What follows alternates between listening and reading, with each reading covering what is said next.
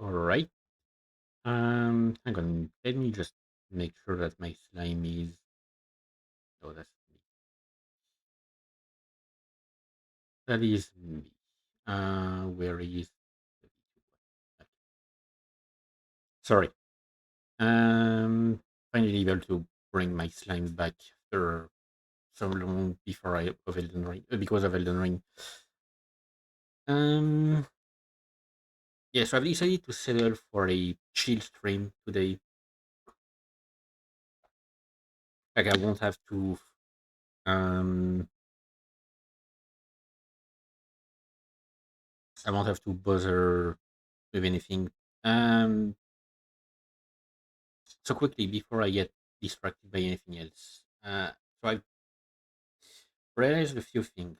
So I'm not sure I will be able to stream in 2 days. I might be. I don't know. Depends when my younger brother will be gone. When his exams will be over and he'll leave the place. If it's too late, then I won't be able to. And then on the next streaming day, um, there's gonna be some maintenance in my building, which means some people will need to come to my apartment and check on things. It's probably not going to take that really too long, but I don't know when during the day it will be. So it might interfere with that as well. But I'd probably be able to stream, but it won't be like it would be a bit weird. Like I won't be able to start right away. Um, and the thing is, after that, I'm going to my parents' place for my birthday. I'll probably be back by next week. But then I'm gonna like have to go and spend the week at their place to take care of the dog. But I will try to stream when I'm at their place. And the connection is not as great as where I live, but it shouldn't be much of an issue. I did one stream before when I was at their place. Um, when I checked the Rainbow Six operators. Um, but yeah, I don't know exactly. Like I'm probably not gonna be able to bring my at least my microphone there because I don't want to take the risk of putting it uh, in my suitcase and it like breaking in transport or some bullshit like that. So I'd have to use my headset's microphone, which is not that bad, but it's not the same as the microphone I'm currently using. I mean, I know that my current microphone is not that great either. It's literally like the equivalent of a Wish microphone.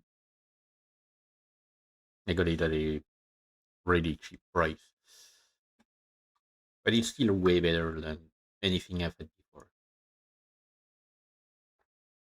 And it also is the first actual microphone that I've ever had. Um, so yeah, like the schedule will be completely all over the place for the next few weeks.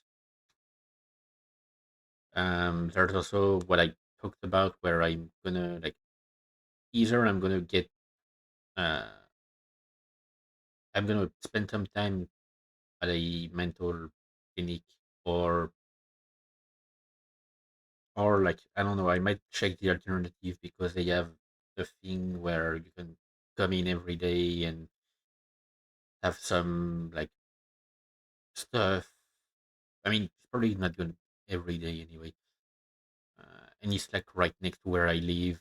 You just come during the day and then you like leave at one point and like it's you can see therapists, you can do a ton of activities basically to help me. And that's actually a good way to segue for to my other point. I mean, it's not like an important thing, but I just wanted to talk about it. I was rewatching Bocce's Rock um, right before the stream. And I had completely forgotten how much I relate to Bocci when it comes to social anxiety and being an introvert. Like, I am exactly like her in that sense. Like, in the way I tend to interact with people, or rather, tend to not interact with people as much as possible because it terrifies me. Even going to the grocery store is a hard task to do for me. And the only people I'm really comfortable around are my family. And even then, like, I hide a lot of stuff from them. Like, I do tend to hide a lot regarding how I feel and stuff like that. But yeah, it's basically sent me down a spiral of like, I am really like just as big of a mess when it comes to interacting with people, and I'm almost like double her age. It's terrifying. Um, Speaking of, I remember seeing a video because they've made like an actual band based on the band from Bocchi's Rock to promote the show and stuff like that. They made an actual band, so they got like actual artists that became the characters. And the character they got, the person they got from Bocchi is apparently just as big of an uh, as an introvert as Bocchi herself. Like, she's just as terrified. I saw a video where she made she was meeting with the voice actress for Bocchi, and yeah, she was like terrified of interacting with her, and she had to hide behind another person and stuff like that. It is interesting. Must be terrifying as well. Like, I kind of pity her. Anyway, yeah. So I was hoping that I would be able to switch to a new game for today. Um,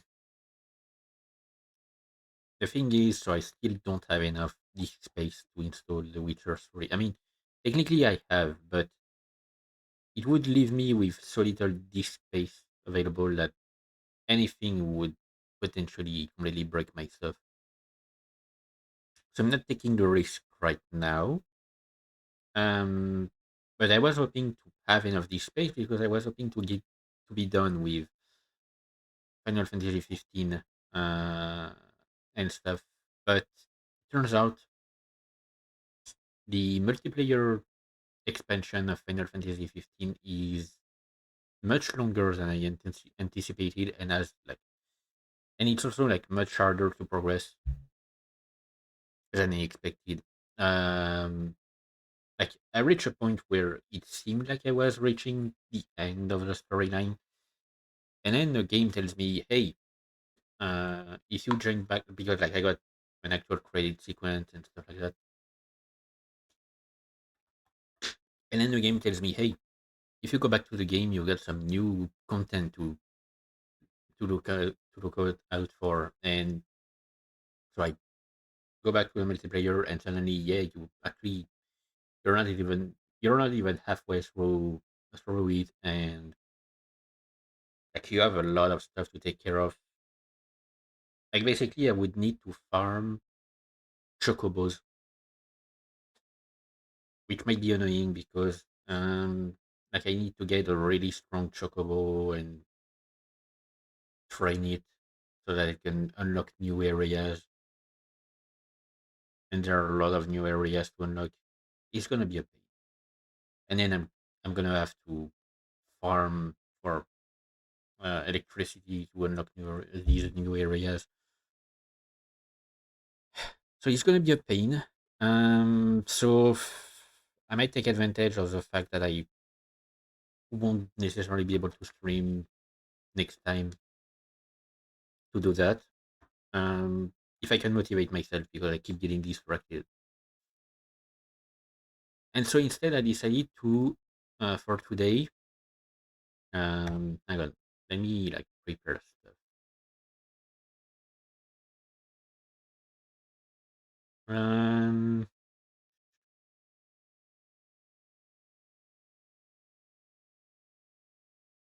I decided to instead watch a few videos, watch some videos today. Like I figured, you know what, I might as well. Um, so what I'm going for, let me prepare.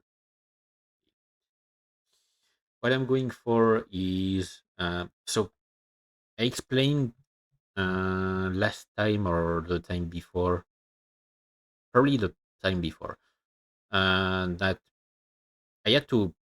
I lost some videos that I had recorded and I had not uploaded yet. Um, Hang on, I need to. Okay, playlist.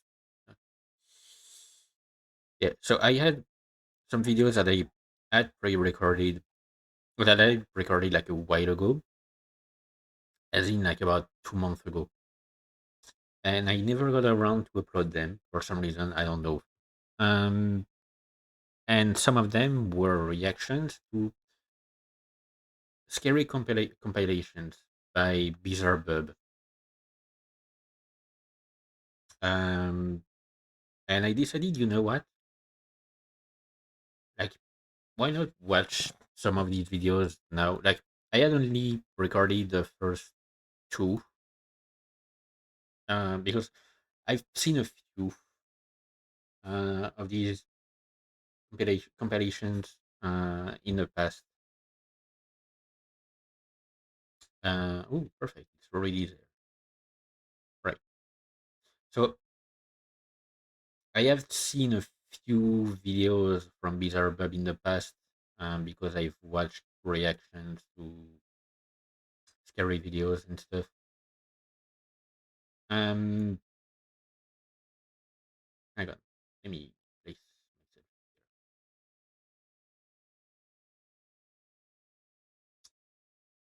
here. Oh fuck, it doesn't look great. That's my issue here. I will need to change the dimensions of this thing, the red thing. But I don't know how to properly do that.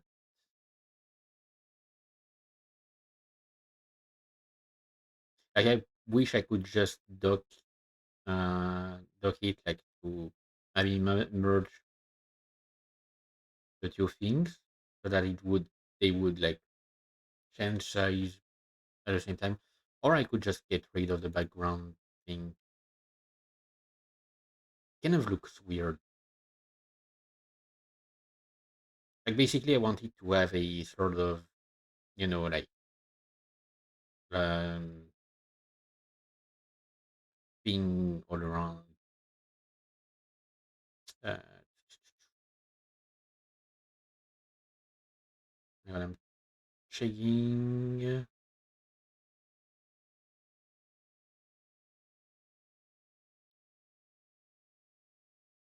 like, it's not what I'm trying to find here. You know what? Nah, you might as well do without. Anyway, yeah. So I've watched reaction videos of scary comps in the past, so I've seen a few of the later ones,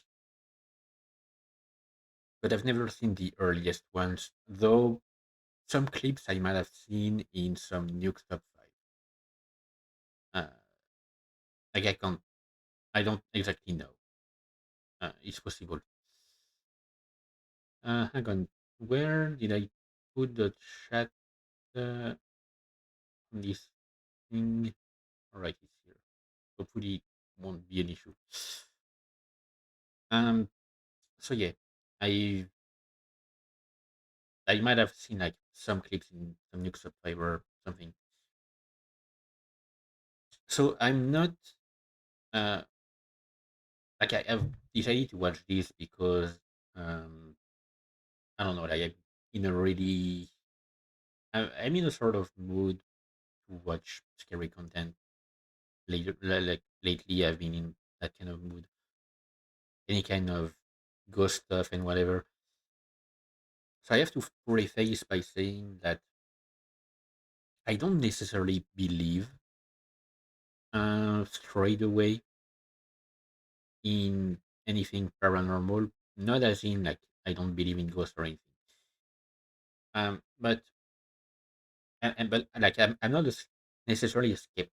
I do believe that there are some things that can't necessarily be explained, but it is true that on the internet there is a lot of fake content when it comes to that kind of stuff. So I don't want to be one of these people who try to debunk anything, everything, or um, like I might eventually start doing this as I watch because I've done that during my reaction videos. Like I try to explain how some things could be done, not faked, but how some things could be explained as like accidental things that were mistaken for being scary stuff. Because it is also highly possible that people see something that they think is scary and think is paranormal, and it ends up having a natural explanation. Um, like I tend to take these videos from a more um, like genuine point of view, as in like the person filming genuinely believed that whatever they saw, whatever they were recording, was something of the sort. Um, okay, let me just find a bot here.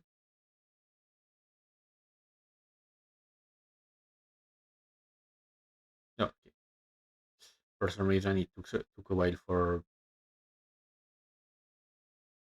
uh, Twitch to ban it. Anyway, so yeah, where was I? Yeah, so I I tend to believe that at least the person filming is genuine and really believes that whatever they are recording is something scary. I mean, something paranormal. Like it couldn't be scary without being paranormal, of course. So I tend to go from that point of view, and so because of this, I don't judge. I try not to judge these videos based on how real they seem. I mean, although like realism certainly has something to do with it, but I mostly judge them based on how scary they actually are. Like if I imagine myself in such a situation where something like this were to happen, would I be scared? And I do tend to be someone really scared. I mean, at least I did tend to. These past few years, my reaction to scary stuff has really calmed down. But I used to be absolutely terrified of horror movies, of horror games and stuff. Like I remember going to watch The Conjuring, like the first Conjuring movie, in the in cinema with, I mean, in the movie theater with some friends back in high school, and I spent most of the movie looking away from the screen because I was terrified. Like even at the start, I was like I got jump scared by simply by Annabelle. Um, so I spent most of the movie not even looking at the screen, and I wasn't the only one from my group of friends, so it was funny. But I actually rewatched the movie um a few months ago, I think, and ended up not finding it that scary anymore. I was mostly enjoying it. I kind of dislike when I go for the exorcism trope. It's not my kind of thing, like possession, exorcism. I like horror that relies on ambience, setting a tone, and doesn't rely on jump scares and something that is too like real in that it affects people physically and stuff, or when it comes to demons and stuff like that. I'm not really a big fan of these kind of things. But these scary videos, like most of what I've seen, are things that mostly relate to hauntings and stuff. It's often either objects moving, being thrown around, or weird stuff appearing on camera. A lot of the time, when it's weird stuff appearing on camera, I think there is a potential explanation. But sometimes, like, there might not be. So anyway, I don't want to lose too much time yapping about stuff. Just wanted to make all of these, clear. Anyway, let's watch. So I'm starting with these three, and like just for compilation because I've seen the first two. I reacted to the first two. I actually don't remember much of what was in there, but I don't want to like it wouldn't be as genuine. But as I said, like some of these clips I might have seen in some Nuke's top five videos. It's the same thing as the scary comps. I've watched Nuke's top five videos, but only through reaction videos because I love doing that. I love watching reaction videos. It's always fun, and most of the time I have them playing when I'm gaming in the background. So yeah. Anyway, let's see what BizarreBub has in store for us. Someone was home alone when they recorded this. Pero no hay nadie por la cámara. Ay, güey. Cerramos por la cámara. Pues sí está abierta. Y pues de este lado igual, el baño está abierto. I love the unicorn on the bed. Ay, güey, están tocando la puerta. Oh, as someone with social anxiety, I A ver. hate Ay, cabrón. someone knocking on my door or something like that. Oh yeah, that is low. No hay nadie. No mames. Those who've watched this couldn't help but shake their head after the person recording opened the front door.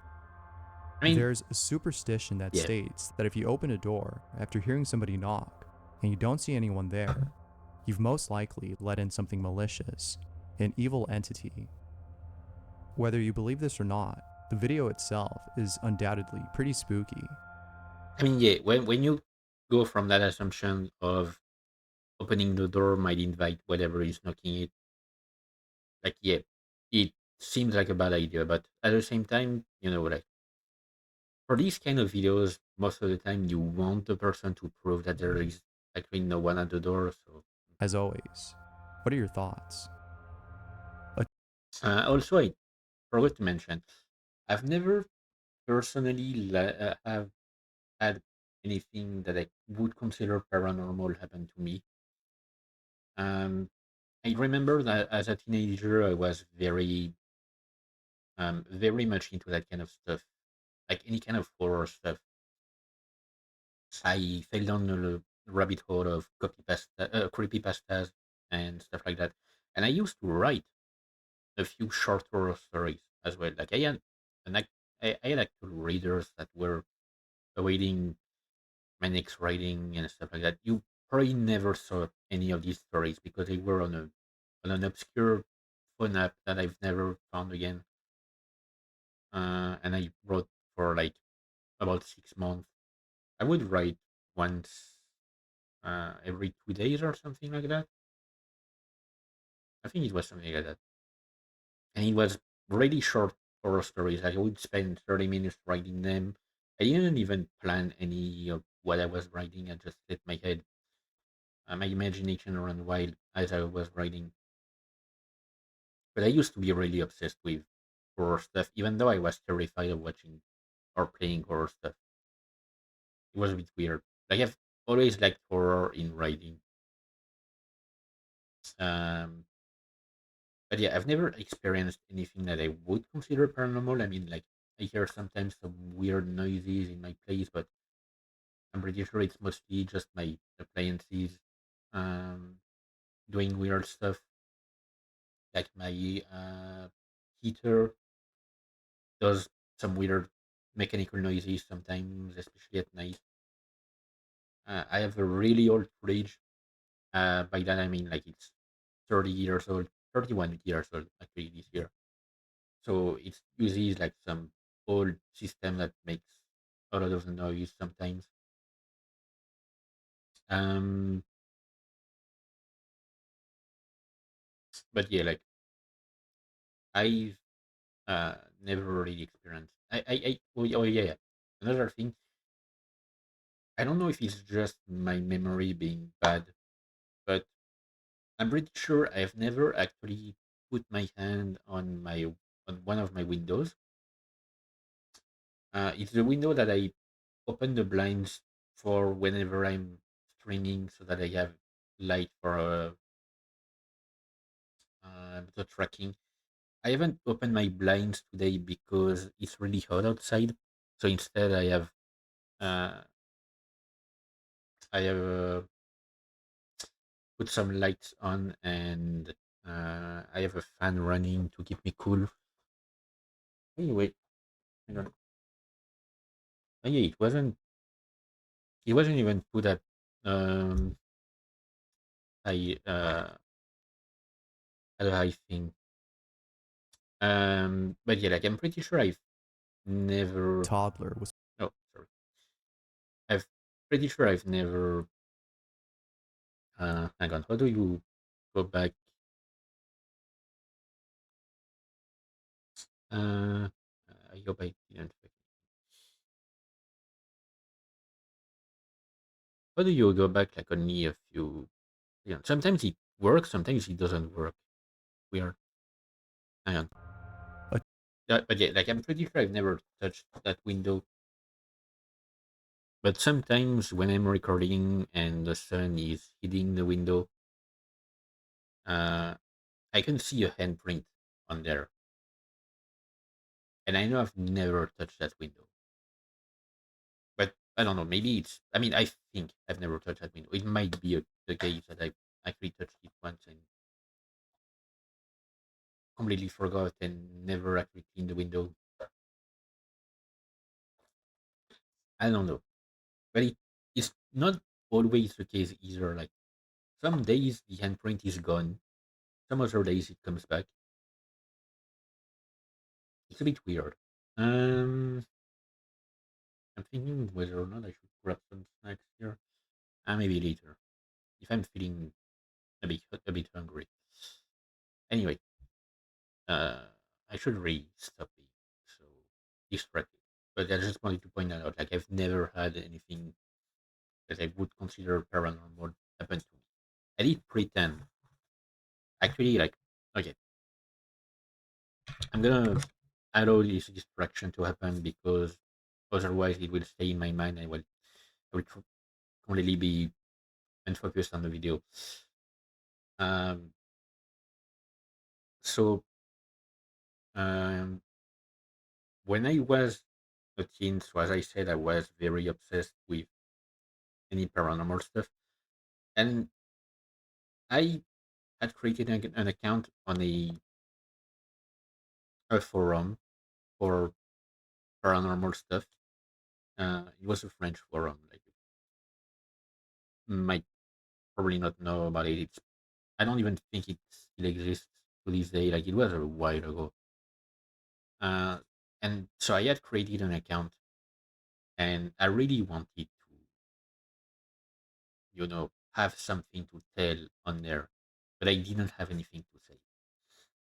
I created a post where I pretended that I would sometimes hear some weird sounds coming from the basement. I was living at the time with my parents in a really old house.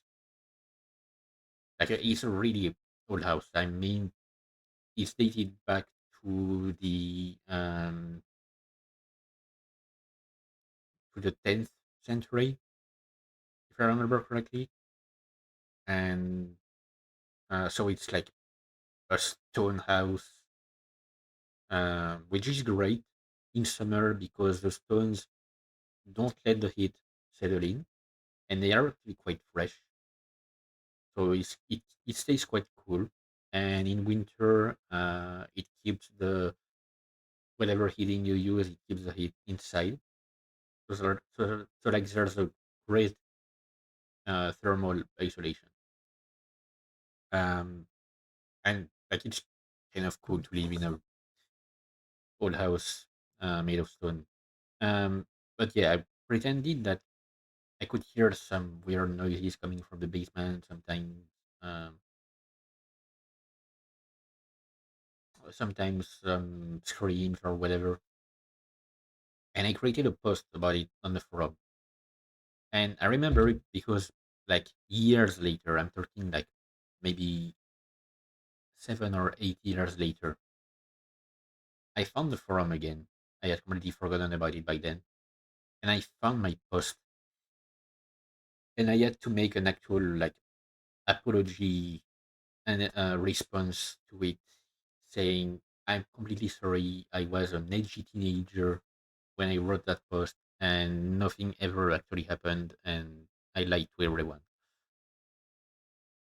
Like it really stuck with me to the point where I had to come back and apologize for being so edgy. Yeah, I used to be kind of a kind of a layer as a teen. I would invent a lot of stuff for my life. Don't even know why I did that because I didn't need to invent anything. But like when you're a teenager, you do stupid shit all the time. Anyway, Toddler was playing in her room when all of a sudden, she sees something that scares the living daylights out of her.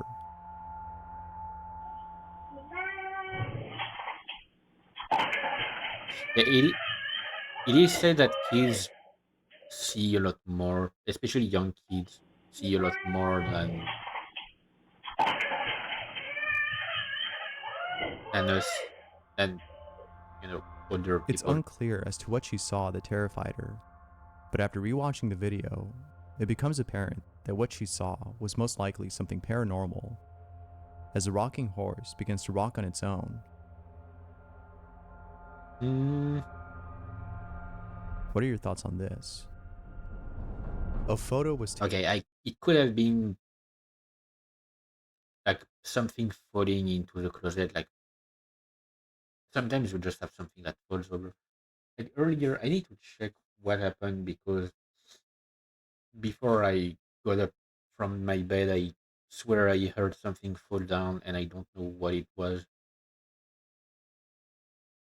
or where it was. Something fell down. I don't know.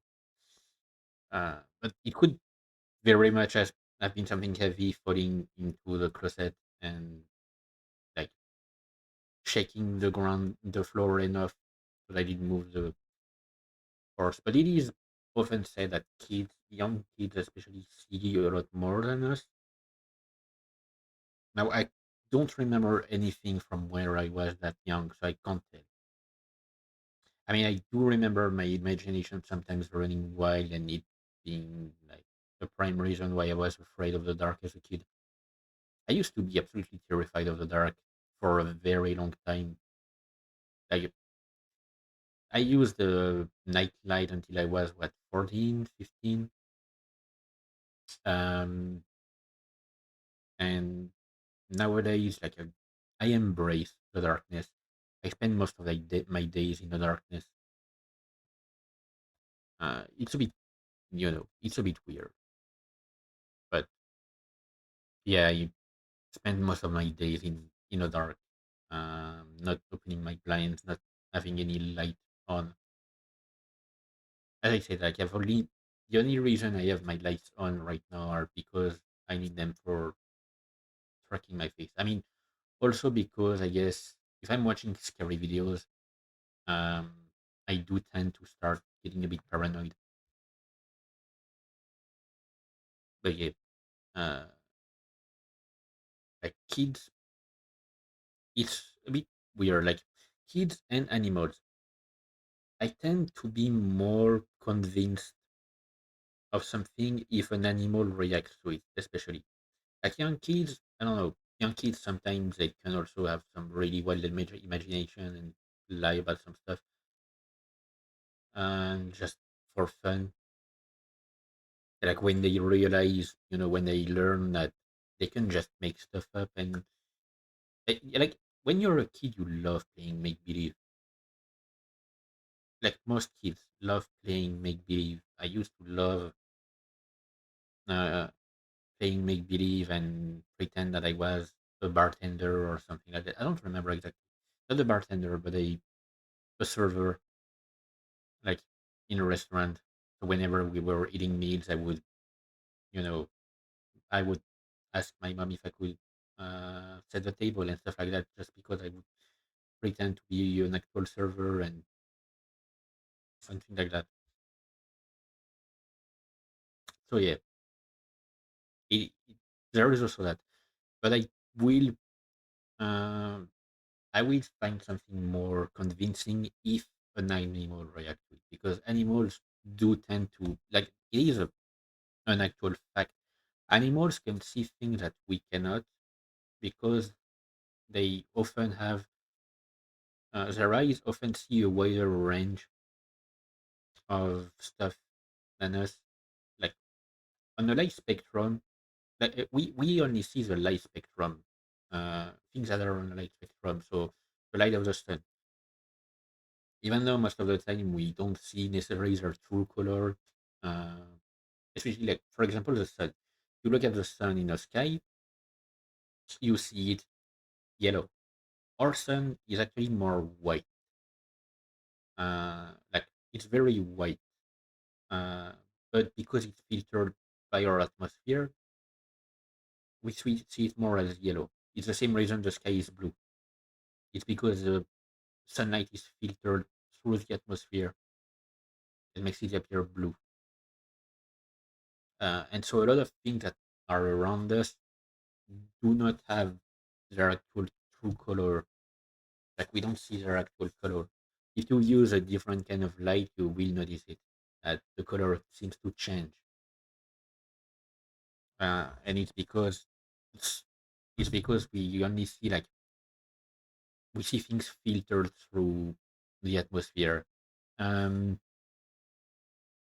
but we only see things on the light spectrum, and we know that there are things like on the I think it's the shorter range, like below the light spectrum are infrared and probably other stuff that we can't even detect with what we have. And over that are things like ultraviolets and potentially higher stuff as well. And so animals, a lot of animals are actually able to see in those ranges.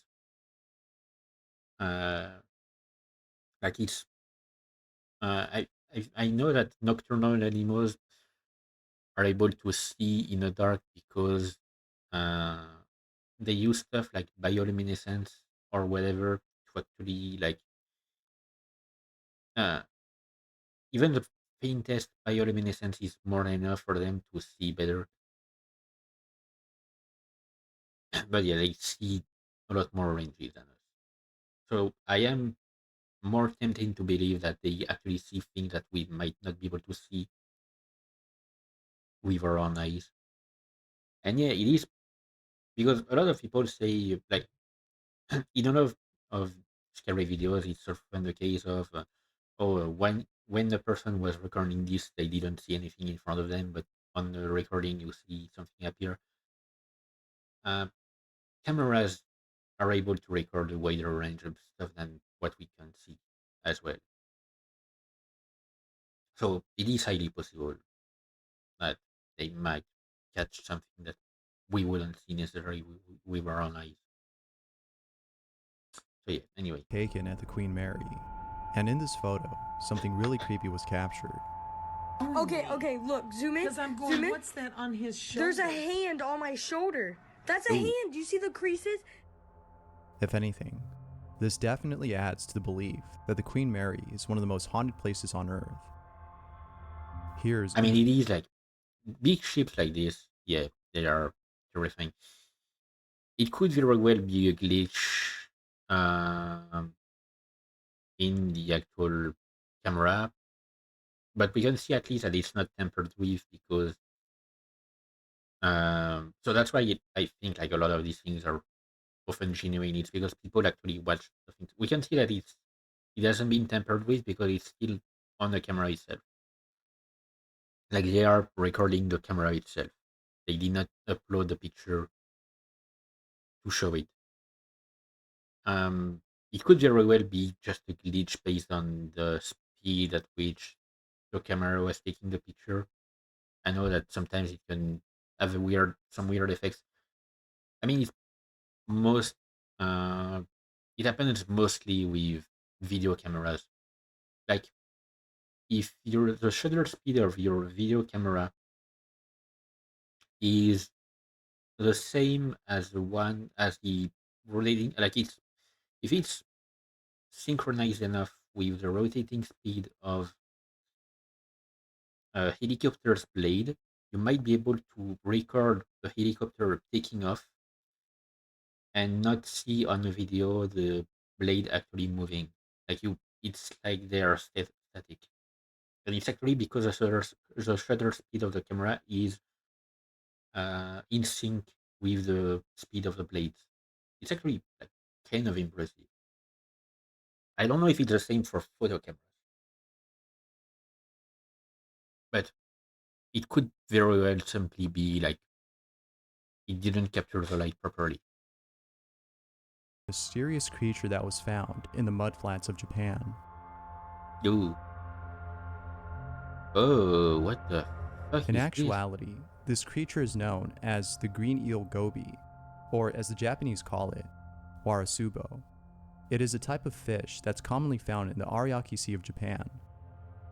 Although very creepy, it is still nonetheless very tasty, as those who've tried this can't get enough of this foreign delicacy. Oh, But what do you think? If given the chance, would you try this? nope. Let me Nope. know down below. I mean, Someone I'm not one for raw meat. Like, I am a proud meat enjoyer, but I'm definitely not gonna try something that is raw and still alive. Like, I want my thing cooked, unless I'm eating sushi, I guess. But like things like oysters, for example, I don't like it, and it's partially due to the fact that they are still alive when you eat them. Um, like anything that is still alive when you consume it, no, no, I don't want that. And anything that is still alive when you start cooking it as well, it's a bit weird for me. Like lobster, uh, I don't think I would like it. I mean, I guess mussels are alive when you start cooking them, mm, but I don't eat them very often. Like I eat some like once every few years. Other than that, yeah, no, I wouldn't try that.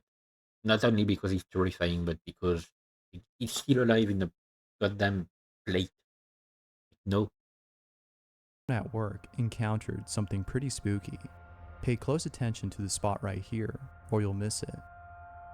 Hmm. Okay. Now Okay, that's that is weird. yep.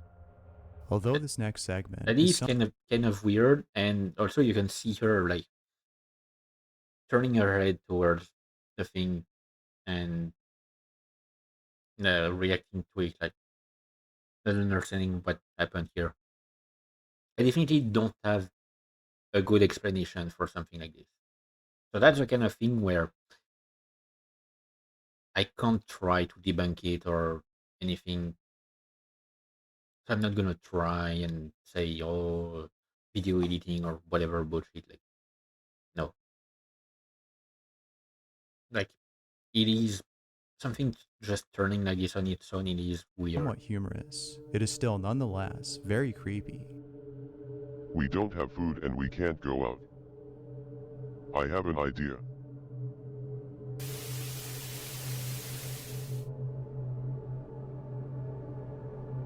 The fuck? Funny, but yeah, pretty creepy. I mean, like, okay, yeah, it's classic, like, internet creation stuff. Um, but, like, logically speaking, who would win in a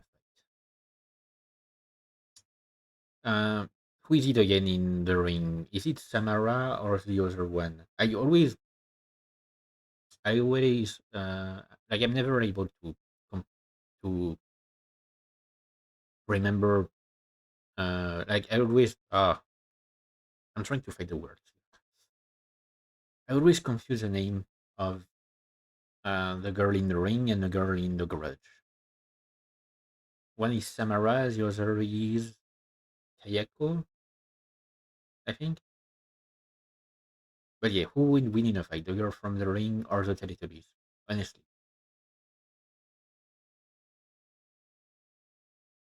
like, I don't think their vacuums would help them in any way. There are countless videos out there of people's pets acting strange, and each one is just as creepy as the rest. Yeah, see, That being said, Hmm. this next video is no exception to that notion, as what's captured in it leaves you feeling spooked. As I said earlier, like, when it comes to animals, I'm more likely to believe in something.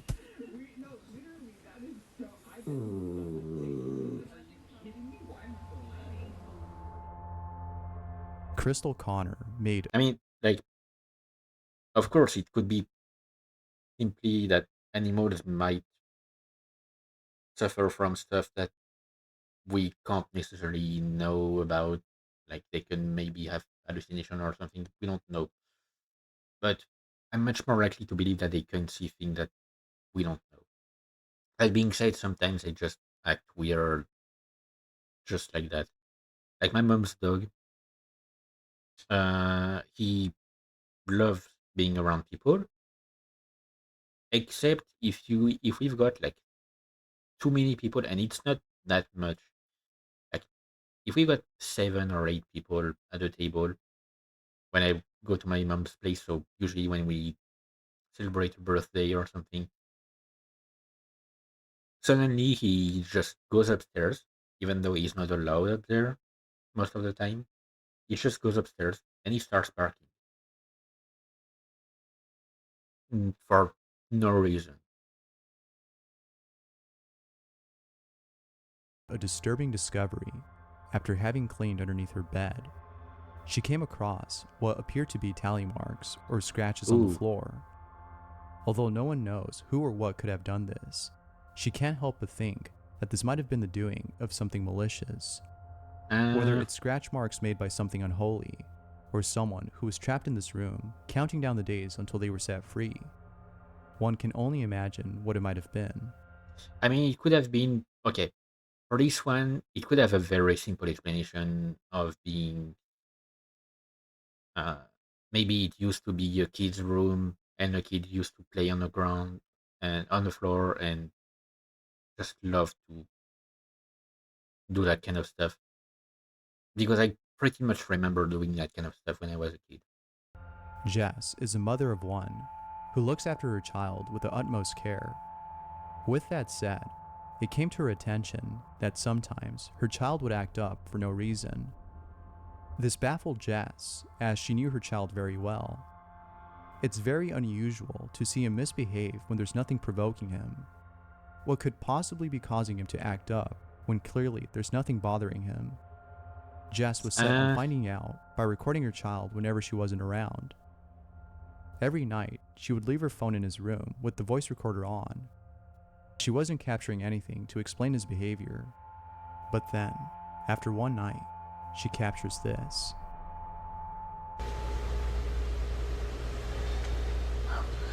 No.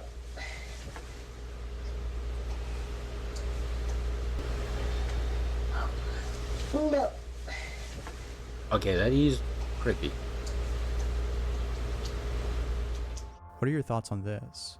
Okay, originally when he's okay, originally when he mentioned the kid acting up for no reason, I thought like, have you, I don't know, like seen a therapist about it? Maybe he has undiagnosed ASD or something. It is highly possible. Like I'm trying personally to get a diagnosis for it because I remember as a kid having moments where I just lost it for no reason. Just I was just bothered by random things that didn't matter. I'm still bothered by some things that don't matter sometimes. Like one of my weird things is I hate odd numbers. If I do something or if I do something, I do it in an even number of times. If I eat, I count what I'm have in my plate. Not all the time. Like it's if it's something, if it's a lot of things like pasta or rice, I won't count. I don't care. But if it's like small stuff, I will count what I have to make sure that I have an even number. Like when I eat my snacks during my streams, I always eat two at a time. It is a rule that I've kept with because I can't. I hate odd numbers. So I at first I thought like when he just mentioned acting up, I thought it might be that, but for the recording, I don't know. It is There's an weird. oil painting that the internet can't stop talking about. The theories abound on this painting, as rumors state that the painting was made in blood by the artist, who later took his own life after finishing the piece. I mean, It's hard to okay, determine whether or not the painting was actually made with his own blood, as no one has inspected the piece. But it's not that this painting may have been made with blood that's causing a lot of buzz. Rather, it's the fact that the portrait is cursed, for those who've owned it claim to have encountered strange activity at home. Sean Robinson can attest to this, as he currently owns the painting. The Anguished Man, the name of this painting, has haunted Robinson and his family ever since they brought it home. One night, Robinson decided to record the painting to show others the authenticity of his claims, and what he captures is pretty chilling. I mean, okay. First off, why? Why would you buy such a painting? Like, I understand loving art, sure, but if you, especially if you live with a family, if you have a family with like small children or anything, you don't bring something that terrifying to look at. You don't buy something like this. Like, I don't know. That's my first question. My like my first issue here. Secondly, the artist may have used his blood and has taken his own life after making it. Yeah, that's an artist. Like, it's sad to say, but a lot of artists are like, I won't say mentally unstable, but they often suffer from a lot of stuff. Especially artists who make that kind of art, like art, especially when it comes to painting and drawing, uh, is often a way to express emotions. And clearly, like someone who would make a painting like this is someone who has very strong emotion that they want to show off, that they want to express, and clearly they're going through something. So making something like this with blood could have been actually the case if the person was going through a psychotic episode. So yeah, it's kind of like it's a cliche of the tortured artist, but it's often it's a cliche uh, because it happens a lot. So I would believe that. But yeah, why would you bring that up? Hello, I've just set the picture of the Anguish man back up in the top bedroom. I'm going to record it for approximately 8 hours, see if we can catch some of the activity. As you can see, some of the paint is starting to crack. It's still on its original wooden frame. I mean, yeah, So I'm going to set up the recording equipment if and it leave keeps it for changing approximately hands, 8 hours, and I'll leave the light on. if it keeps changing hands, then yeah, it's gonna start showing signs of it.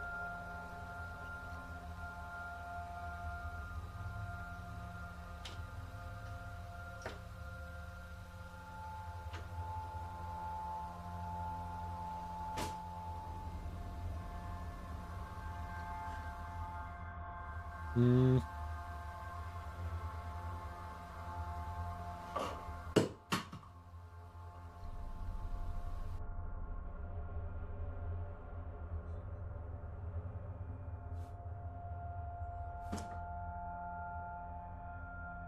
Clearly, he didn't want to be looked at.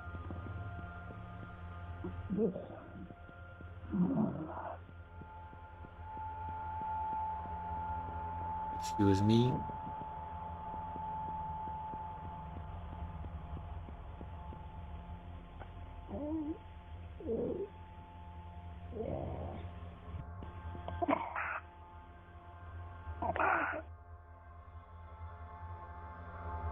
As Okay, always, these are what do you some think? weird sounds.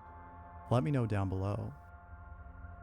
Thanks for watching, and I hope to see you in the next one. Oh, I didn't realize it Until was. next Oh, time. I thought I had pushed so much that I was still halfway through the video. Um. Okay, yeah, that last one definitely was a bit creepy. I mean, the door thing, the fact that he didn't, the fact that he eventually stopped and came back, uh, I think it could have been explained by simply like a draft going through the house and doing some weird shit. Sometimes it does that. But the sound of something apparently falling and then the painting itself falling. I mean, the painting could have been also a draft, like an actual back draft, that comes through the room and does a loop, and it could have gone behind the painting. Um, but the weird sounds, yeah. But yeah, why would you have such a video, such a painting? Peyton Cardino was Okay, lying hang in on, hang on, bed while hang on. using her phone. Let me pause. Ooh, and I'm gonna grab some. I'm gonna grab some snacks. Right. And if you're wondering why it took me such a little time, it's because I live in a studio apartment, so I literally have one room and it functions as everything. So bedroom, um, kitchen, dining room, whatever. Like the only thing, I mean, I do have a storage room that I actually use as a bedroom for my younger brother, and when he comes here, and uh, I do have a separate bathroom from the rest. But my cupboard is literally right next to me.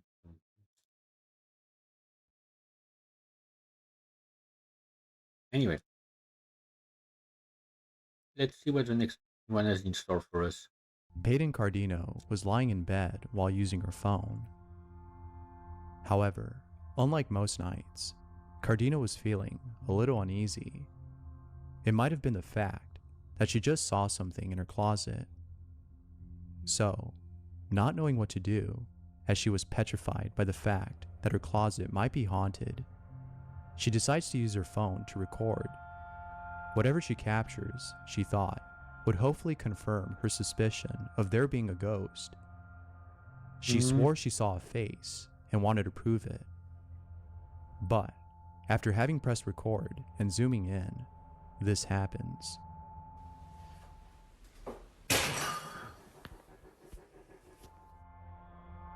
According to Cardino, the sound was one of her plants falling down. The odd thing about this, though, is that it fell on its own. Although she wasn't able to capture the face she saw, she did capture this, which is still, nonetheless, pretty spooky. Yeah, and we can see something in the corner here. But I would chalk that one up to pareidolia, which is the tendency to see a face wherever there are like 3 points. If anything has 3 points on it, then people have a tendency to sometimes see a face, even if there isn't one. So I would chalk that one up to that. But the plant, yeah, it's a bit Always. harder. What are your thoughts? A staff member at a hospital working late night shift is roaming through the halls when, after going inside a room, this happens. Okay, Japanese ghost stuff is always the most terrifying.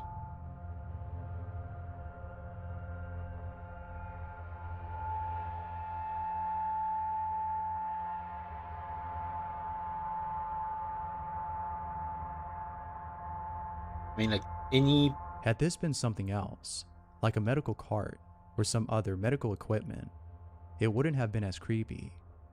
But because it's a wheelchair, it makes you think that it may be something otherworldly. Perhaps the ghost of a formerly deceased patient. As Yeah, usual, you do see something on the camera. let me know what you think. Yeah, Here's the like any Southeast Asian kind of horror is the most terrifying, but Japan specifically, like they've got an issue. They've got way too much scary stuff. video of a spider carrying all of its babies on its back. Oh, If you suffer from arachnophobia, then it's probably best to skip this video. okay. I have had nightmares about spiders, but I'm actually not that afraid of them. Babies. It depends on the type of spiders. Some spiders, like depending on the shape they take, essentially, like spiders with a big body like this and like thick legs, I don't mind. It's the ones that are thinner. Like for some reason, there is something that just terrifies me about spiders that are much thinner. The ones big like this, like I don't mind.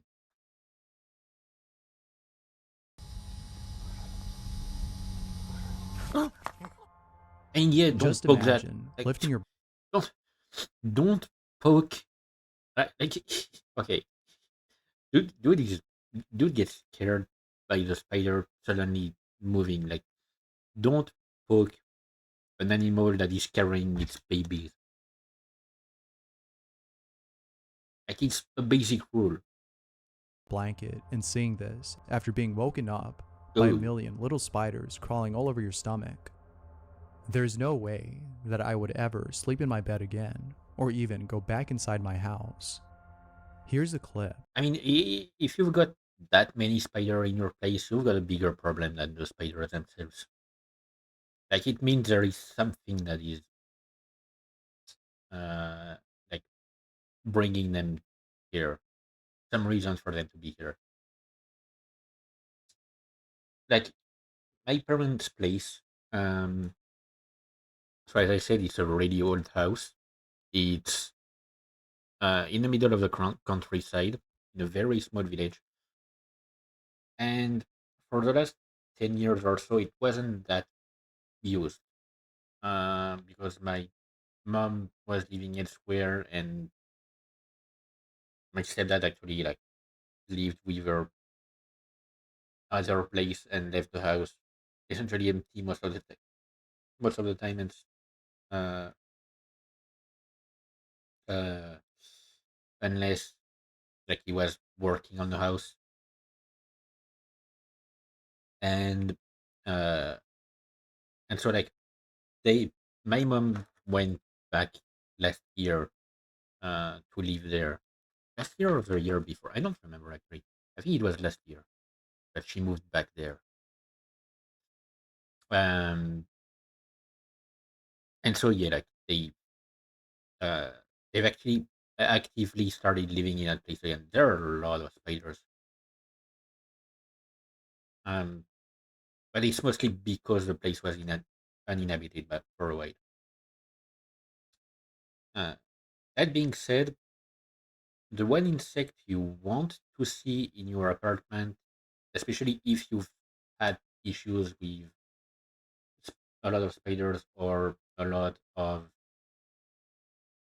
uh, other kind of critters, the one insect you want to see is a house centipede, which is very different from the common centipede you can find uh, in the wild. And it's actually like it doesn't have as many legs. I mean, it still has a lot, but it's not as much. The house centipede is kind of scary when you see one, but it's actually very good for you because it will essentially eat every creature in the area while leaving you alone. Like they are scared of humans because we are so big, but they will absolutely go after every spider, every other thing. And when you don't see the uh, the house centipede anymore, it means the place has been cleaned. So it's a good thing to have one. Um, but yeah, spiders and stuff like that. I mean, I've had one time where it was back when I first came to this place. Uh, when I started to live here, I went to take a bath, and there was just a big spider inside the bathtub, just chilling here. Um, but it's literally the only time I've seen one. Other than that, like I've never,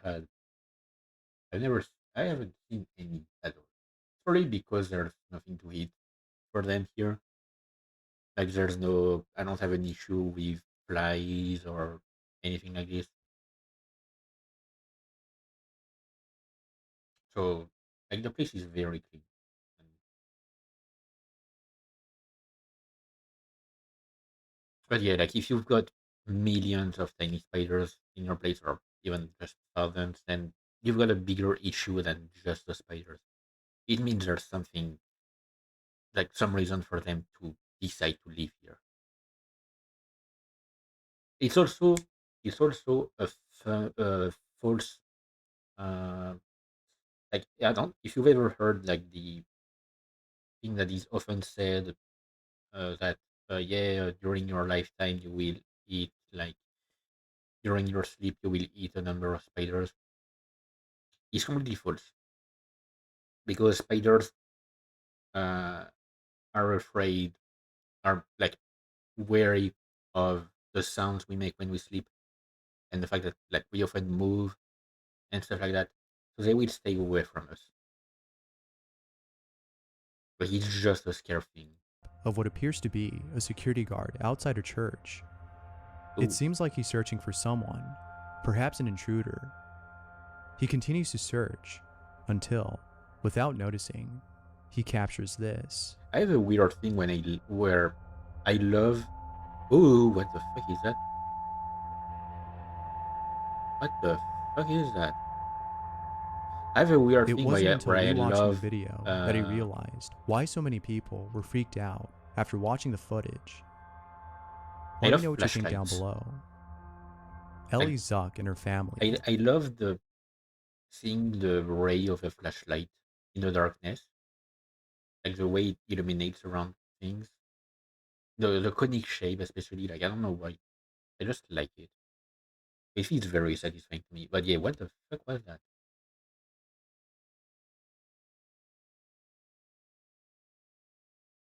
I can't explain that one. I mean, it might be a wild animal with something weird on its back, but yep. Were woken up at 4 in the morning after hearing a few cars pull up to their driveway. This was very strange, as they didn't recognize any of the cars. Who are these people? And why were they all here? She questioned. The situation was making Ellie feel very uneasy. It's the Men in Black. Something didn't seem right. To make matters worse, Ellie's home is located in a secluded area. There's only 2 houses on her street, and the rest is just woods. Ellie was sure that something bad was about to happen. But then, moments later, after waiting for something to occur, a stranger knocks on her door. Who is that? Where'd you come down? What is it? Mom!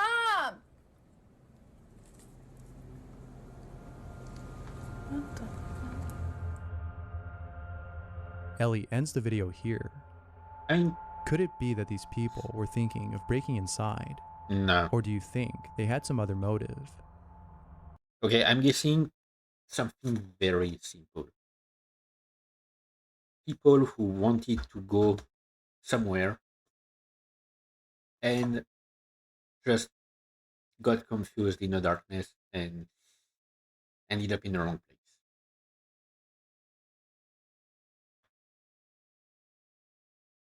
Like sorry, the guy we see at the door clearly, like, to me, it's a reaction of he sees her and he's like, oh wait, we don't know these people. We're at the wrong place. Let's turn back.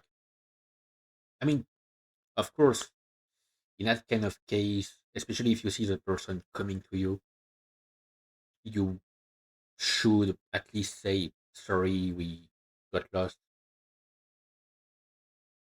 Have a good night. But I mean, like, I don't know, maybe it's the kind of person who doesn't like that kind of confrontation. But to me, it's just something like this. Let me know what your thoughts are down below. It's really just Kathy people was that playing got with her lost. cat when, out of nowhere, she captures this. Listen closely to the audio, as what she captures is a little hard to hear. Have a listen.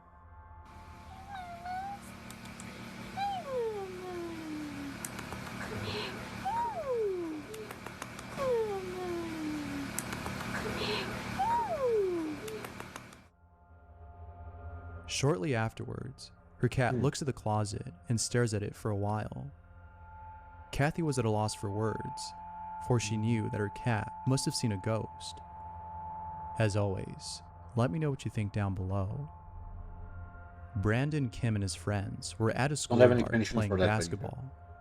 It was late at so the cat night, was cute. which was perfect, as they knew they wouldn't be kicked out for playing there. No one was there. Nobody. Not a single soul. Or so they thought. While shooting a couple of baskets, one friend sees what appears to be someone peeking through the blinds of an old building. This was very odd, as they were sure the building had been vacant for quite some time. It was upon seeing this that they decided to call it a game and go home. One friend thought of going inside and seeing who or what was peeking at them. Fortunately, he didn't, as who knows what could have happened had he gone in. Could have been a squatter, could have been Chris like, a Davenport junkie. had set up a camera in his kitchen to capture the strange activity that's been going on at night. After many attempts at trying to capture... Yeah, I have noticed something. Um, I have noticed something. The earlier scary comps like this are not all paranormal stuff, and a lot of them can actually be explained, or are straight just stuff that is scary but is not necessarily paranormal. In the latest ones, it's more ghostly stuff. something, he captures this.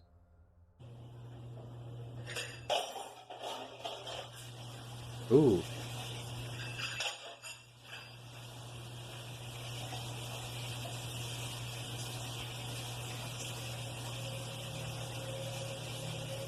someone wants to take care of the This dishes. next segment comes from a father I mean, like, hey, if I got a ghost who decided to take care of my dishes, I would be thrilled because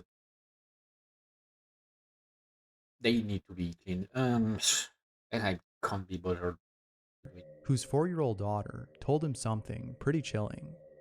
He recounts what his daughter told him in this segment. I'm gonna Here's what he accelerate. Like, wrote. tomorrow will be a big This training past day. year, my family went on a sabbatical in another country. My daughter, 4, talks a lot about returning to our old house, and something she said recently gave me chills. Daughter, when we go back, can I sleep in mommy's room? Me, no backbone.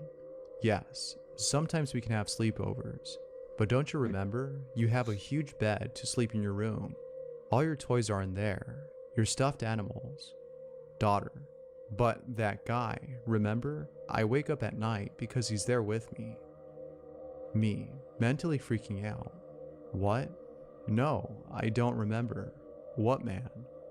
Daughter, he sits in the corner, he's all black. He doesn't talk. He just sits by me. Me. What? What does his face look like? Daughter, he has no eyes, but I think he has a mouth. Me, in shock. Well, you can definitely sleep in my room. How is she so nonchalant about some terrifying thing in a room like this? There's a Okay, vendor. could be. What the fuck? Could be. So it could be either the kid saying that because she wanted an excuse to sleep in her parents' room. Sometimes kids do that, or like I used to do it when I was a kid. Or it could be a case of, like, it does not it's happened to almost everyone, uh where you wake up in, like, it's almost completely dark, but you can still see the shape of things around you when something looks like a person, but it's actually just, like, I don't know, stacked clothes on a chair or something like this. It could very well be simply that, especially if she says it doesn't move. Like, she could simply be seeing something that to her looks like a man, but it's actually just stacked objects on top of each other.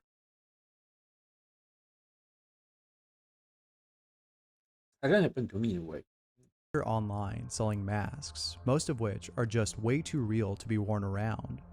Here's a clip Yeah, that of him is showcasing his product. what. It's very unsettling, to say the Oh, least.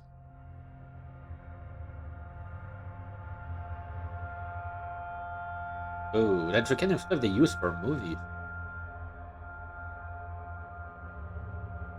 How they're made is quite a mystery, but the real I mean, question silicone, is I'd who would say. want to buy a mask of a 13-year-old girl? Regardless, these I are some mean, pretty cool masks, but they eh, are still nonetheless creepy. if you're Here's making, if you're making, let's say, like, you're making a an indie or a short indie horror film, it could be useful. Like, you make a short indie horror film in which one of the scary things is a little girl that just seems a bit too big, or something. Yeah, you could. I mean, I guess you could play on perspective to actually make it look like an actual little girl, but you don't have, like, you don't want to work with a child because you know it would be hard. You can buy one of these masks. Like, they are really creepy. That's true, and I'm guessing this they're probably made of mostly silicone because that's what would work the best in that kind of case. But yeah, no, yeah, yeah, that is creepy. But it could be useful for mostly for uh, movie stuff because that's the kind of stuff they actually use for movies. Like, they make, I mean, a lot of the time they make them uh, like they're tailor made so that they fit, especially the person they are made for. But yeah, they are like masks stuff. You can see in a few movies, like, when you have a character that looks a bit strange or something, you can see if the eyes are really buried into the sockets. Oftentimes, it means that the actor is actually wearing one of, I mean, a similar mask. It's made of usually latex or something similar. But these masks, they looked more like silicone because they were more like wobbly. Latex would be more sticky and, it wouldn't move that much.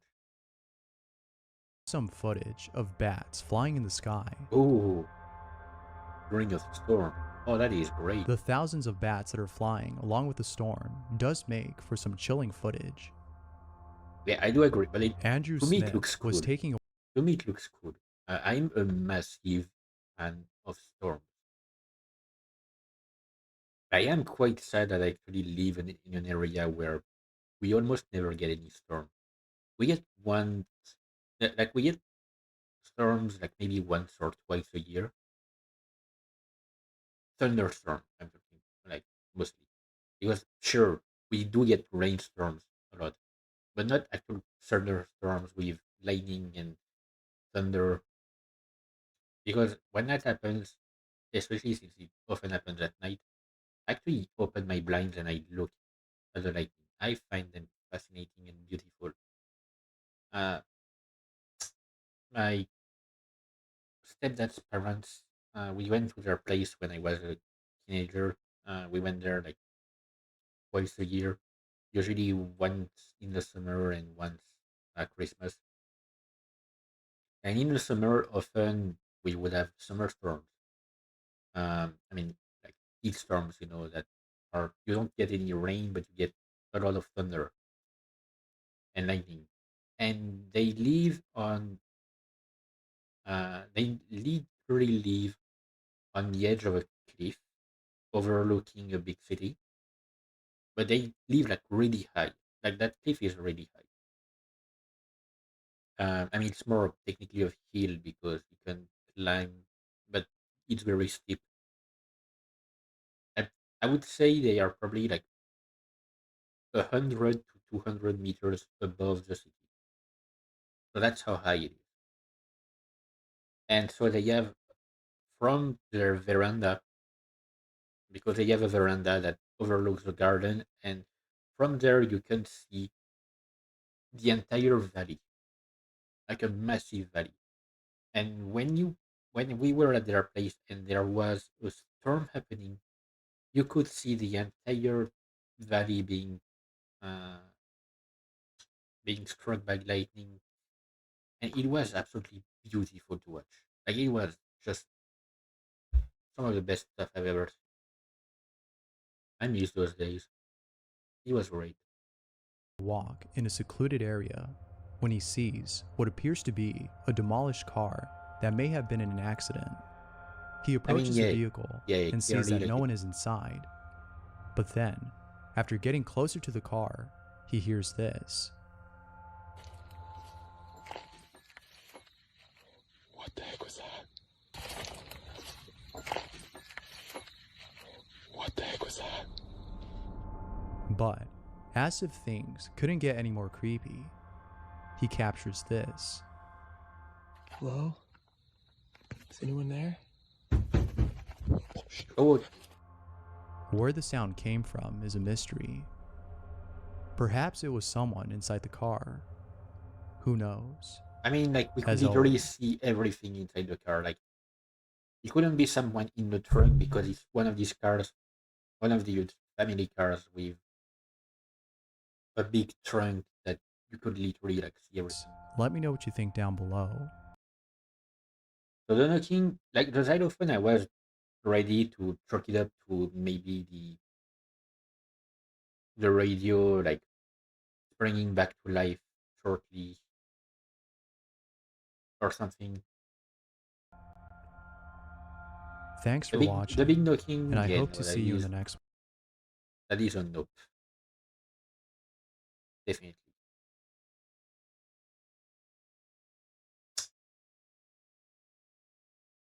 Yeah, see, like the latest videos are much longer and they focus more on actually scary, actually seemingly paranormal stuff. Josiah Worley.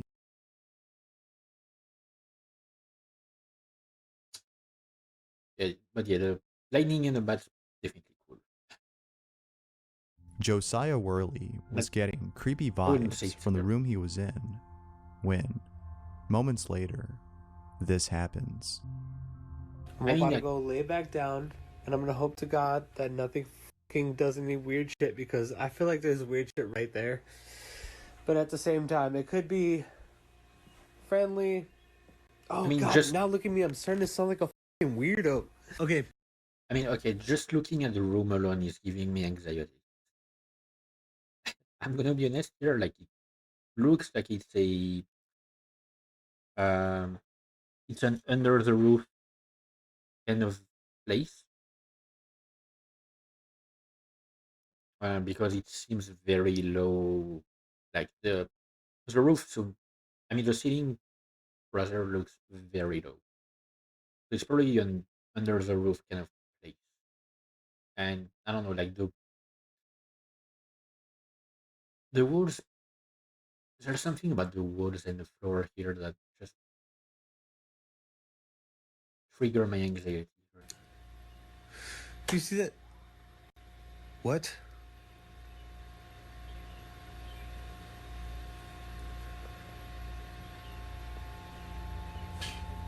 Oh fuck! Yep.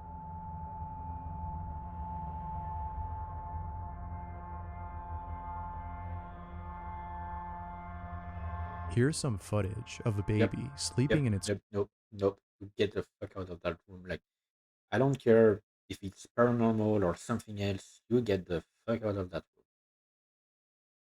I don't like the room itself. Just the layout of the room is anxiety inducing. crib when, after a few seconds, this happens.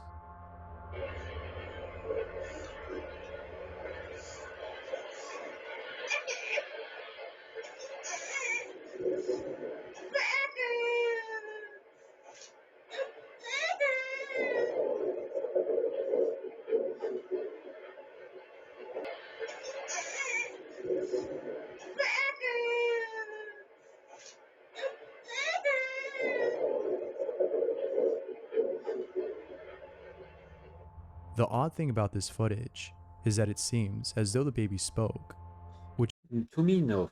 To me, like it sounds more like just the baby starting to cry and getting upset at something that they were dreaming about.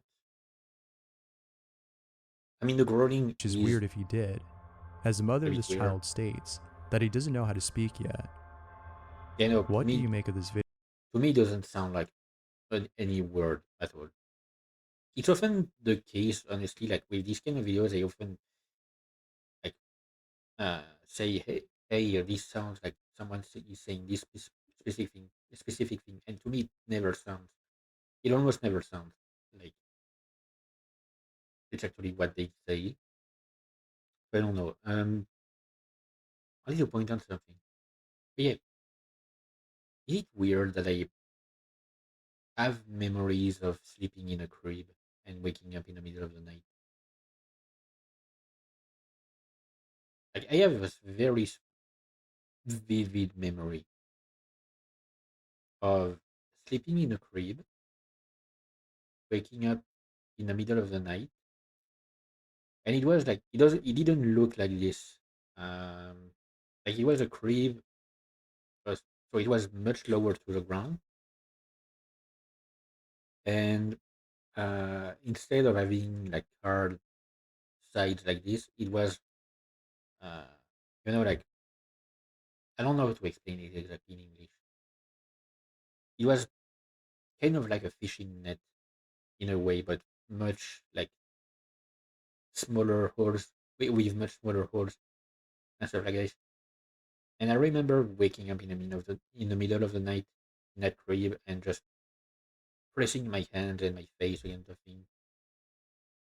And I would do that often when I was sleeping in there. And I have that memory of it. Like it has stayed with me. I can't I wouldn't be able to tell how old I was, obviously. But I remember that it was in at my grandparents' place, and my older brother was sleeping in a bed in the next room, in the same room. There was a bed. My older brother and my mother were sleeping in there, and I was in the crib.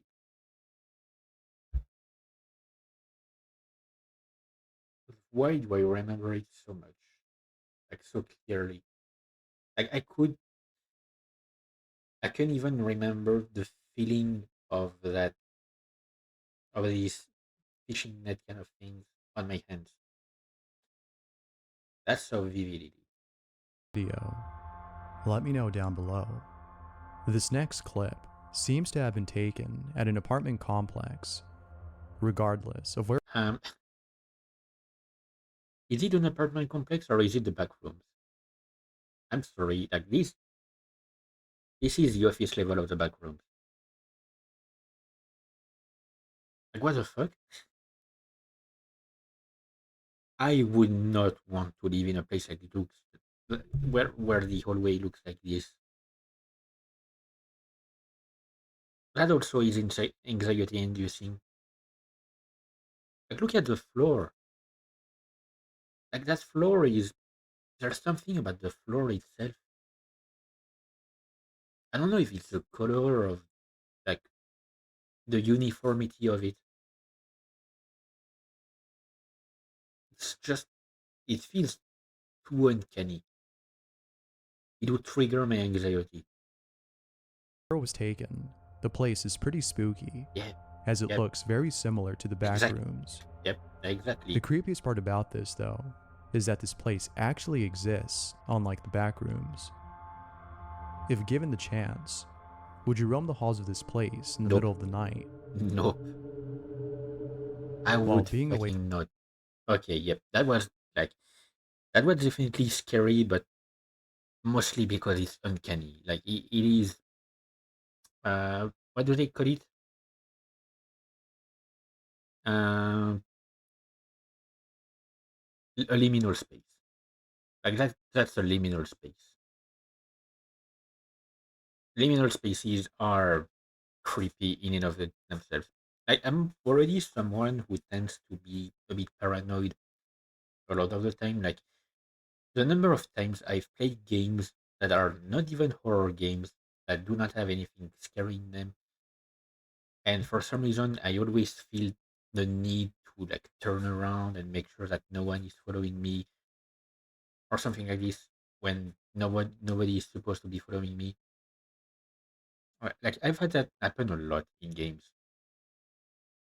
So liminal spaces games would be even worse for me. I've never actually played one. Like back when the backroom started being a thing, I played a demo for a backroom game, like the very first I think that was made.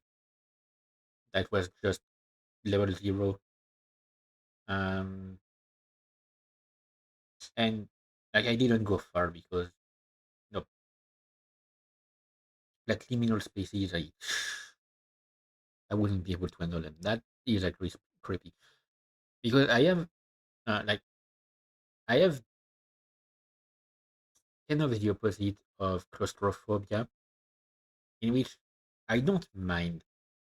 Uh, I don't mind um, at all.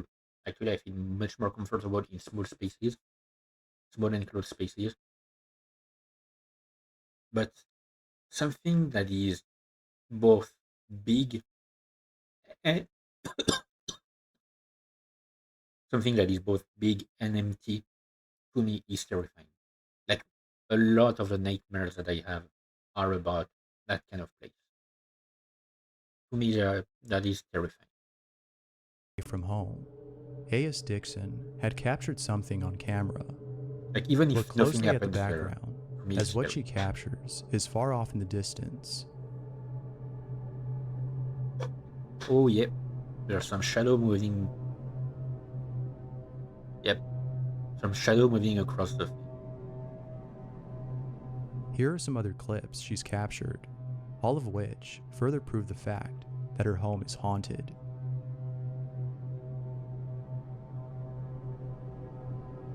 Okay, I did see. Ooh.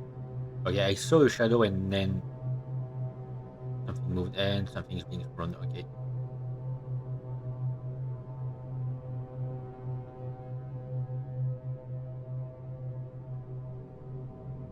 The scariest videos I've seen, personally, Ooh. are those in which a ghost or some other entity is peeping its head through a doorway or outside a window. There's something about it that's just really unnerving, Yep. and the following clip is demonstrative of those type of videos that I don't like watching alone.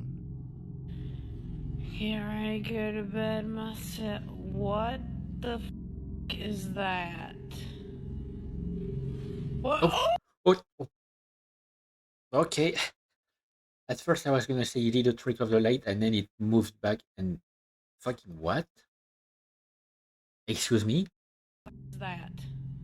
What? Oh God! Is that? What the? This next video Okay. Yep. Nope. Like it could be someone in a costume.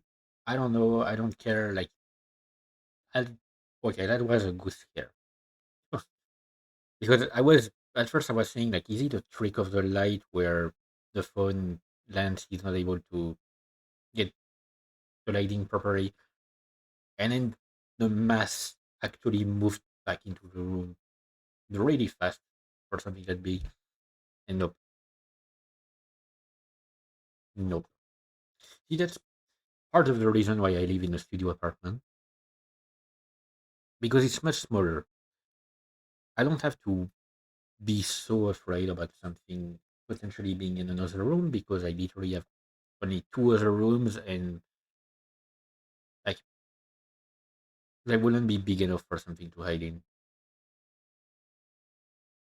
And I often use my bathroom and like my brother sleeps in a storage room, so comes you know. from an urban explorer who went back to a place he checked out 2 weeks ago. What he found when he came back spooked him, for what he saw Ooh, wasn't there before. ooh.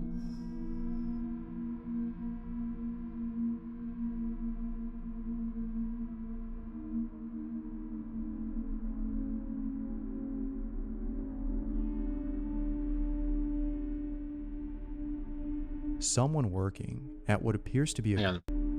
What was that at the end? Like something on a lamp? Is it a no?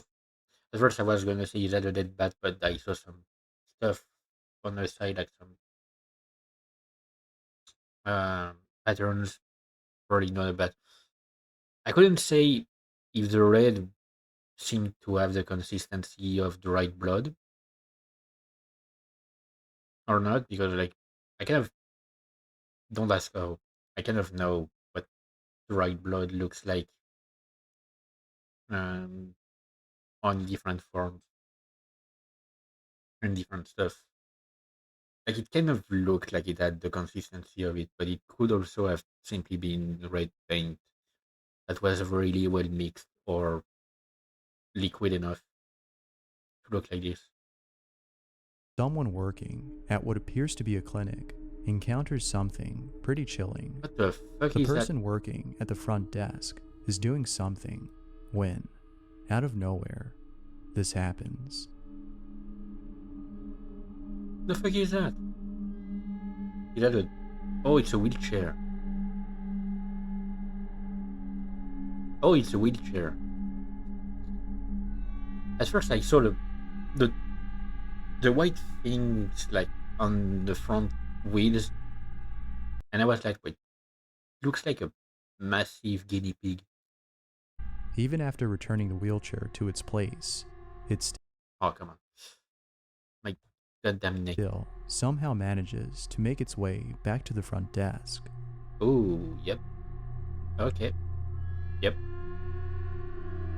Here's a really cool, yet really creepy stop motion animation that someone made. Ooh, I mean that would be a cool design for um a Dead Bree Space like was game. It would be a cool design for a Dead Space like game, you know?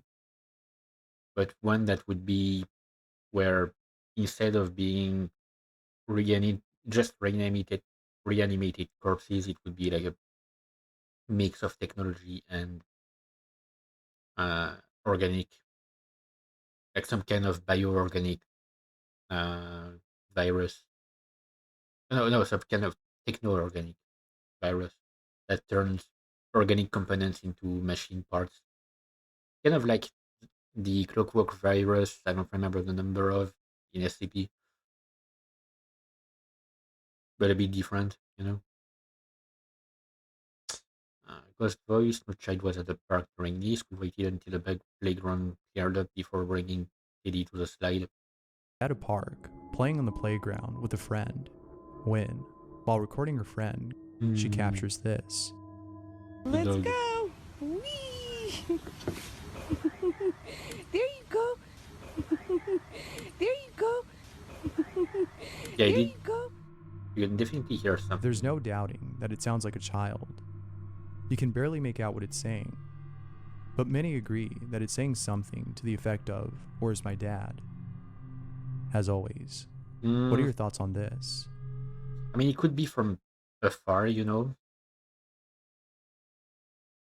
There's nothing more unsettling than seeing your dog or cat hiss or growl at something that isn't there. Indeed. But when you actually see something that not only your pet can see, it's a lot more terrifying. And he did love using these eyes, like that picture of eyes back in the days. Huh? Such was the case in the following video, in which an owner and her dog are resting, when, out of nowhere, this happens. Can't tell what they are watching. I don't know what. What the fuck was that?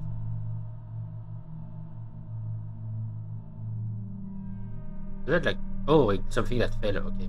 At first, I thought it was something moving down. No, it's something that It's almost fell. as though he sensed this beforehand. Could it be that he saw something that caused his frame to fall? Or do you think there might be some other explanation? He might have heard something snap. Like sometimes it's just the thing that holds the thing that snaps. Like for example, I got a small sign that I put in my bathroom, and I'm holding it up with I don't know. It's a section. Okay, section cup. Uh, I was trying to find the word, and it's held up by a suction cup kind of thing with a hook, and it's something really light.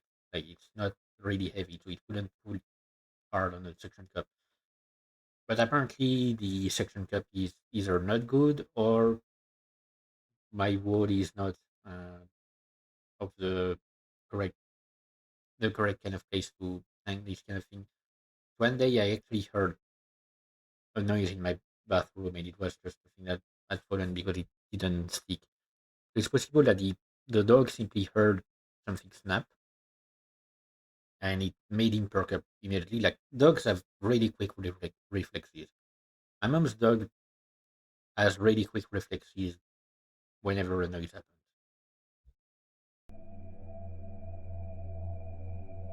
Late at night, the following was captured.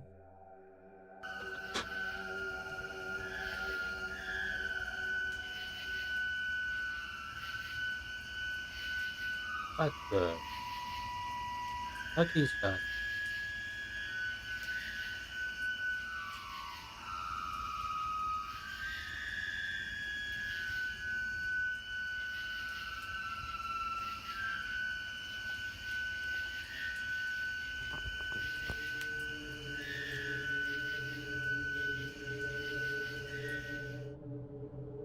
Tornadoes are by far Okay, so that was an industrial noise. Like to me, it sounds industrial.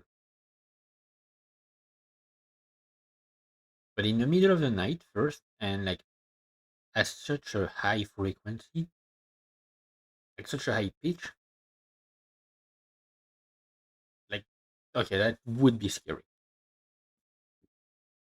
We do have something here. Like I go to bed late, really late, or early, depending on your perspective. Like I go to bed at 2 or 3 a.m. Technically, it's early in the morning. Um, and because it's been hot lately, I tend to keep my windows open until I go to bed to like get more fresh air inside. And every night around 2 a.m., like all the same time, there is some really weird high pitched noise happening outside. Like it happens for a few seconds and it repeats twice. I don't know what it is, but it's every night around the same time. It's weird. One of the most destructive forces of nature. The most powerful tornado ever recorded was El Reno, which took place in Ooh. Oklahoma. This massive, yet terrifying tornado clocked in with a speed close to 300 miles per hour, which is insane considering that the most destructive tornado had a speed around 200 miles per hour. As you can imagine, El Reno was pretty scary. But Yeah, I've never seen a tornado myself, but I know there was one that happened in a city like around 80 kilometers away from here. I've never seen one actually myself. I have seen like these small, sometimes you're just walking down the street and you see some leaves start to fly in a circle. I have seen these, but it's like more like mini tornadoes. I've never seen an actual tornado. They don't really happen in Europe much. Like at least they happen much less, and they seem to appear in the US. the most unsettling thing to encounter in a situation like this is not just the tornado itself, but the reaction of others as they confirm the seriousness of the situation. Oh yeah, Seeing despair and fear in the faces of those around you in a situation like this makes you think, I'm gonna die. and then being told by your boss, no, you're not allowed to leave work because of the tornado warning. Looking at you, Amazon. And there's nothing more scary than a thought like that. That being said, this next video is a great example of what fear looks like during a tornado lockdown. So we're kind of all in the bathroom. I'm shaking. Lauren's blocking the door with mattress. My plan was to basically get in the car and go and drive away from the storm and leave the house. What would you do in a situation like this? Good question. Let me know down below. I mean, okay. Thanks for watching. I have to point out the obvious fact here that, like, it's well known. U.S. houses and buildings are often not built to be resilient. Like they can withstand time in a way. Like they can, sure, but they are often made in some very like some things that can go off very easily. Like the number of times I've seen videos of people in the US punching their wall and making a hole through it. Like if I try to punch one of my walls here, I would break my hand. Like the buildings here and the houses are all made very sturdy. Even the more recent ones, like the building I'm in, I think it's what 40 years old. It would probably survive a tornado without much issues. Like maybe losing some roof tiles, and that would be it. Although I guess I do live right under the roof, and there was an issue with the ceiling at one point before I came here. Like that's actually the reason why I was able to get the apartment is because the previous tenant left because a part of the ceiling had fallen off and it couldn't be repaired because the insurance companies for the building kept uh, tossing each other the cost. Like none of them wanted to cover it. Eventually, they found apparently a solution because I was able to get to the apartment much sooner than I expected. But yeah, um, like considering where I live, if there was a tornado or something like this, like I probably wouldn't do much. Like maybe sure I could maybe do the thing of getting into my bathtub, but it's not like I would be able to run away from it.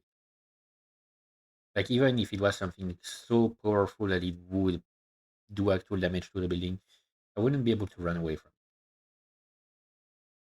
Because I don't have a car, I don't even have a driving license. I The streets here are really narrow, um, and like there are a lot of buildings around. I guess what I would be the most afraid of is there is a big building. I mean, big to our standard. It's like 15 stories tall. A big building like not far from here. I would be afraid that it would fall towards my place. Other than that, yeah, I wouldn't be doing much.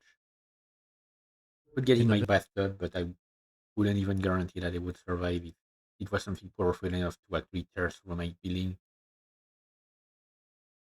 Like it would break that bathtub in half. in the middle of the night, Danny Donahue woke up to a noise that came from his bathroom. Here's what he caught on camera.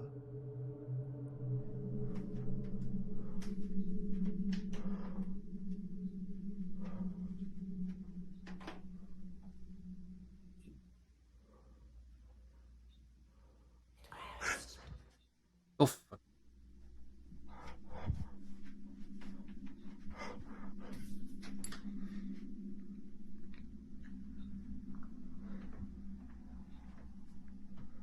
Um.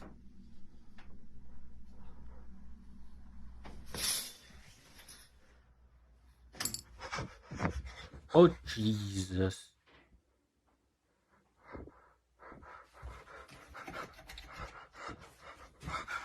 Okay, hmm, I would say something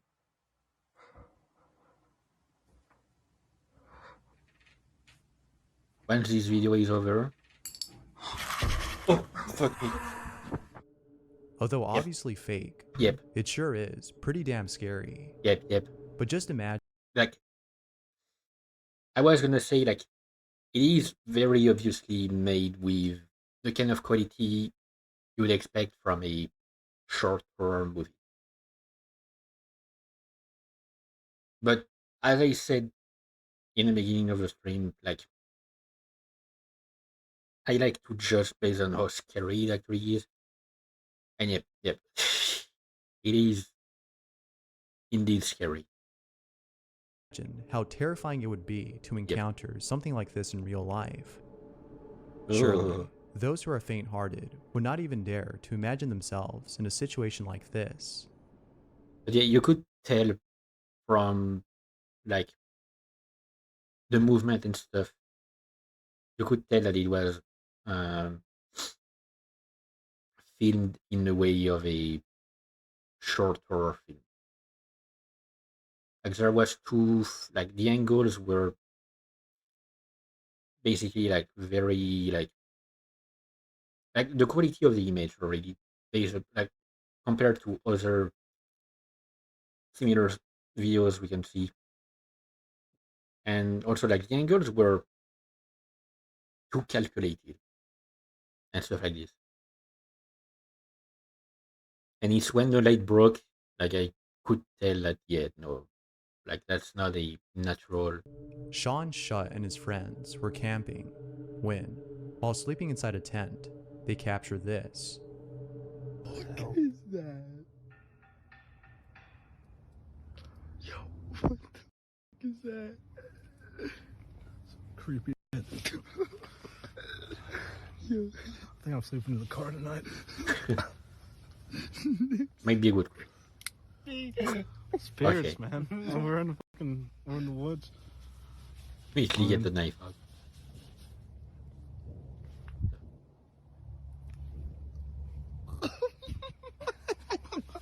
Dude, I'm not sleeping tonight. I hear footsteps.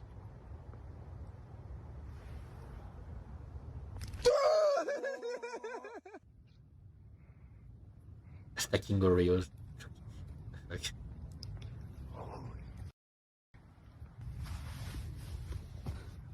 I'm not going camping again. It sure is a mystery as to what was outside making those noises. One I mean, thing is for sure, though.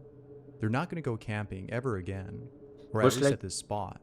most likely, I would say a small nocturnal animal moving around and being, I guess, like a bit curious about what that big thing is doing there. Like it's very much possible. Like it could simply be like a one of these animals that live at night, and but like it didn't seem big enough. Like just based on the sound, it wasn't something big enough to actually be harmful. I would guess, but probably yeah, something. But the guy getting the knife out reminded me of another video where it was a Russian guy. I think it was in Russia. A guy exploring an abandoned house that was allegedly haunted. He was doing that with a double-barreled shotgun in one hand and a crucifix in the other. Like that is just extremely metal and kind of funny, but he was like, yeah, that was quite the video. But yeah, here I would guess probably a small animal moving around, doing its thing, being a bit Vivian curious. Ispetia had recently lost her cat from being run over by a car. Ooh, She was in total shock after seeing her cat lying lifeless on the street. However, yeah, the number of pets I've seen that have been like run over by cars. The most grueling, the most grueling thing I've ever seen regarding this, and like it's something that has stayed with me for a while because it was back when I was a kid, on the road to go and buy groceries at a big mall. Um, there was in the middle of the road the body of a cat. The head had been sliced, like I been not sliced, but I mean like it had been ripped clean off, as in like it looked like it had been sliced. Uh, so the head was nowhere to be seen. You could only see the body, and like you could see the arteries and the esophagus and stuff. It's still in my brain, and the body was there for a while. I'm talking like a few weeks before someone finally disposed of it. Like, yeah, sadly, it happens quite a lot that pets just run off. Like, it is a fear of my mom because of the place where she lives now. That her dog, because like at the place where she lived before, there was a backyard, so the dog could go in the backyard and wasn't at risk of going into the street. But since she moved back to the old house has like technically a front yard and a backyard, but they are joined because it's basically an alleyway that leads straight to the backyard, and on one side you got the house, and the alleyway leads straight into the road. So they always close the gate to the road, but it's always a fear of my mom that the dog might at one point decide to just jump over the gate and eventually gets hit by a car. They do live in a small village with not a lot of cars going around, but it's like it. They live on a uh, they live uphill, like I mean, on they live on the side of a slope. I think that's the name, like a road that goes up, and so they live on the side of that road, and um, like on both sides, based on the house, on both sides, like there are blind spots. Um, so basically, like any car that would be going uphill would obviously be hitting the gas to go like to get more power, so they wouldn't necessarily be able to stop the car in time. And any car going downhill would be going too fast because of gravity. So yeah, it's a massive risk. There, like, I mean, yeah, I mean the dog is, like it's well trained. It's also old, so he's not moving much. Old guy is not moving much. Yeah, it's always a fear. This wasn't as shocking as what she saw in the footage from the surveillance camera outside her home, Wait, is it? which recorded the incident. Mm, Have a look at the oh footage wait, no. and see if you notice anything unusual. I was gonna say, is it what I think it is? But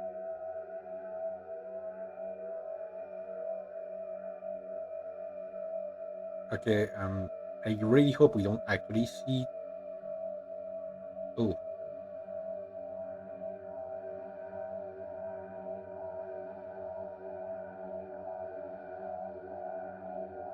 oh, yep.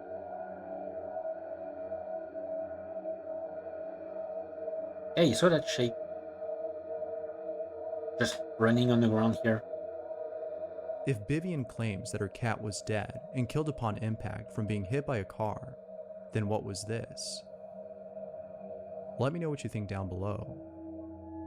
While looking over at some footage from the camera, That is indeed like, because it's not a clear shape. I mean, it's clear in the sense of um, like it's kind of see through, and it does look small enough to be a cat. in her It is living weird. room, Tiffany Lala sees something pretty creepy.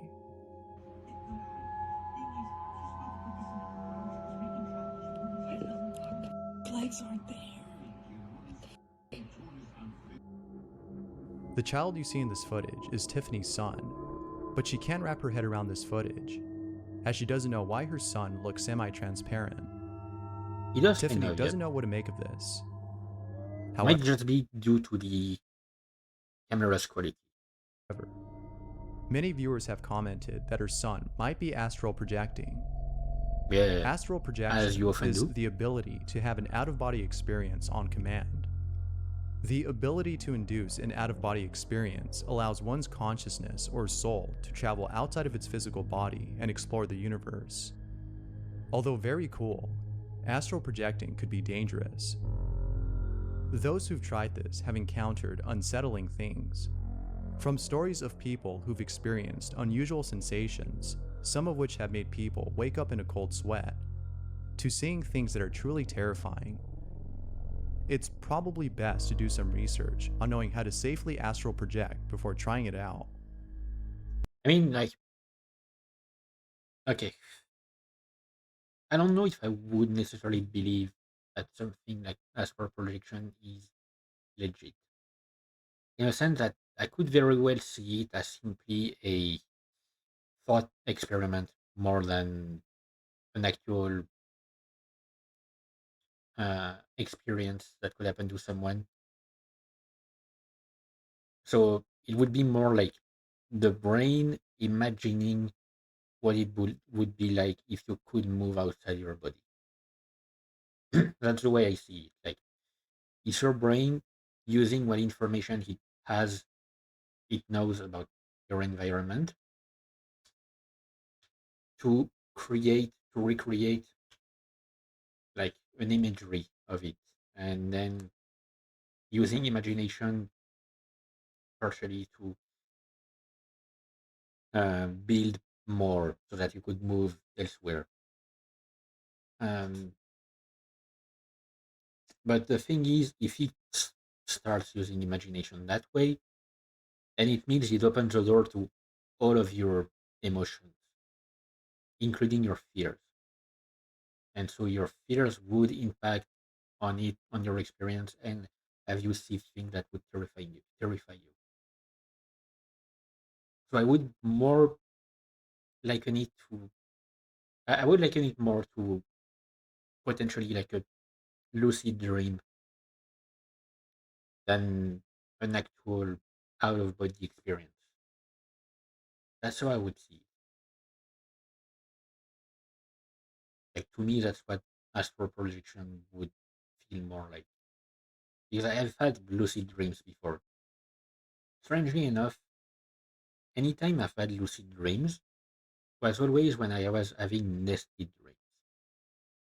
I mean, it's always rather because I often, I still often have them.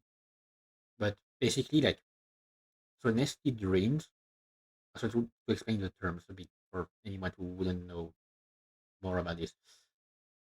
So first, a lucid dream. A lucid dream is a dream in which you are aware of, like, you are aware that you are dreaming. You are aware that you have control over what is happening around you, and you can choose to do whatever you want. The issue with that is that very often it can lead to you waking up early because it will, your brain will be stimulated too much, and so you won't be able to stay in a dream for long. Some people can stay in a lucid dream for a very long time, or seemingly a very long time from their point of view, because when you dream, things happen at a different pace than in real life. Like you can have a dream that seems to last days when you only sleep for one night or even just 1 hour or something. Um, because the actual time you spend dreaming when you sleep is much shorter than the time you are asleep. Your brain is turned off for the rest of the time. Um, or in low power mode, rather in power saving mode. And a nested dream is when you dream within a dream. You fall asleep, you dream, you fall asleep in a dream, you start having another dream. And when you wake up from that other dream, you wake up in the first dream. It can be quite confusing because you never know when you are fully awake until your brain finally connects the dots and realizes, wait, no, this is my real life. And to me, like, if I have a nested dream, then the dream that is nested within my first dream, like the second dream that I will be having within that dream, will be a lucid one. I will be aware that I'm dreaming in that second dream and be able to control stuff. And then I wake up in my first back in my first dream, and I am convinced that I've actually woken up, and I don't realize that I'm still dreaming. And it happens a lot. So yeah, I would consider astral projection as being something akin to that, except that instead of completely creating all of your environment, it uses a lot of stuff from reality. Or maybe it's more like kind of like some kind of hypnosis, potentially. But either way, like I don't think it's something entirely like, I don't think astral projection is something that is actually, I mean that I don't think it's something you actually experience as in actually getting out of your body kind of stuff. I think it's more your imagination running wild. Whether or not Tiffany captured actual footage of her son astral projecting is up for debate, but we can all agree that the footage alone is pretty creepy. I mean, yeah, Bet's an angel. I would put it more to the video quality, honestly, especially during the night. These kind of cameras They don't have a good quality. across from the woods and has been seeing something strange within them. This is the area where we see that figure. It just walks back and forth every day, Oh, yep. all day. Now, I've been over there a couple of times. As I walk up on it, there's just nothing there. Yesterday was Easter. I went over there, but 2 big dogs that were off leash came out, and it was time to go. Then we had the storm, so as soon as we're done with our schoolwork, I will record myself going across the street and show you that as you walk over, you no longer see what appears to be a person pacing back and forth for just hours and hours and days. I think today's like day 5. So She's been seeing this figure for the Yeah, that past is a few bit days, and it's weird. been doing the same thing each day, walking back and forth for hours on end. Bets and Angel has no idea as to what this person is doing. However, a few days later, she decides to head over to the woods to figure out what's going on. As she walks over with her husband, she records this. alright, Well, here's the spot. I don't see anything. No, I don't either. I mean, it's pretty full. Hello? Is anybody there? I'm so nervous. What was that? I don't know. Do you need help?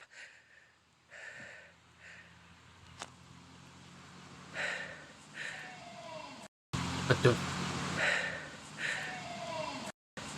the fuck is that sound? It sounds as though someone is yelling "run." This may have been directed towards her and her husband as a warning. Had they walked any further, this individual could have harmed them.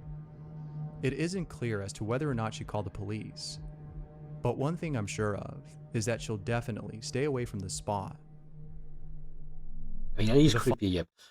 It also reminded me for some reason of like a trope that happens a few times in creepypastas and horror stories, where it's, like someone notices something that is strange, or like a figure that seems to be acting strange, and they notice that for a span of time, like a certain length of time, and they decide to investigate, and eventually, like, they discover that in fact that figure all along was them, like, but some weird, like, because of some weird time stuff or whatever. I've seen that those kind of stories. I don't know why it reminded me of that trope for some reason. Oh yeah, speaking of, if you want a good place, I know. Okay, I know, like, there is um a lot of things to say about Reddit, but if you want a good place to find, like, a place to find good horror stories, I cannot recommend enough r/slash no sleep. And if you go there, like, if it's your first time going there, sort the post by top of all time. That's usually what I do when I discover a new subreddit. I scroll by top of all time to see exactly what kind of posts are considered quality posts on that sub. And the top of all time posts on there are, like, phenomenal. There are great. There are some great writers on there. One of the top ones is actually a series of 3 posts. I think it's 3 or 4 posts. That's from a series. Um, I don't remember much of the details. I should go and read again these stories. But it's someone, like, a story about going to a new apartment complex and some weird stuff happening there, and, like, it's breathtaking. It's, like, really well written, keeps you on your toes, and I don't know. There are some really talented writers on there. So if you want to find some good stories to read that are not the classic creepypasta stuff you see everywhere, definitely go there. Because a lot of the time, sorry, I just turn off my fan. Um, a lot of the time, when you're looking for short horror stories, you'll just find the same creepypastas, or at least like it will be about the same phenomenon or creators or whatever. Like and yet another story about the rake, yet another story about Jeff the Killer. You- Although it's been a while, like since I've seen stories about these guys, uh, but the classics. But on r/no sleep, it's actually people like creating original content. There's also a series on Netflix. I don't remember the name of it, which actually bothers me because I quite loved that series when I watched it. Um, but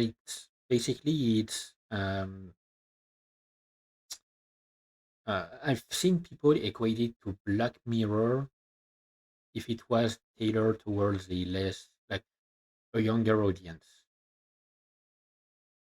Um, Basically, like each episode is its own horror story, and it's really well done. It's really it's always different each episode. I've never seen Black Mirror, so I wouldn't be able to compare myself.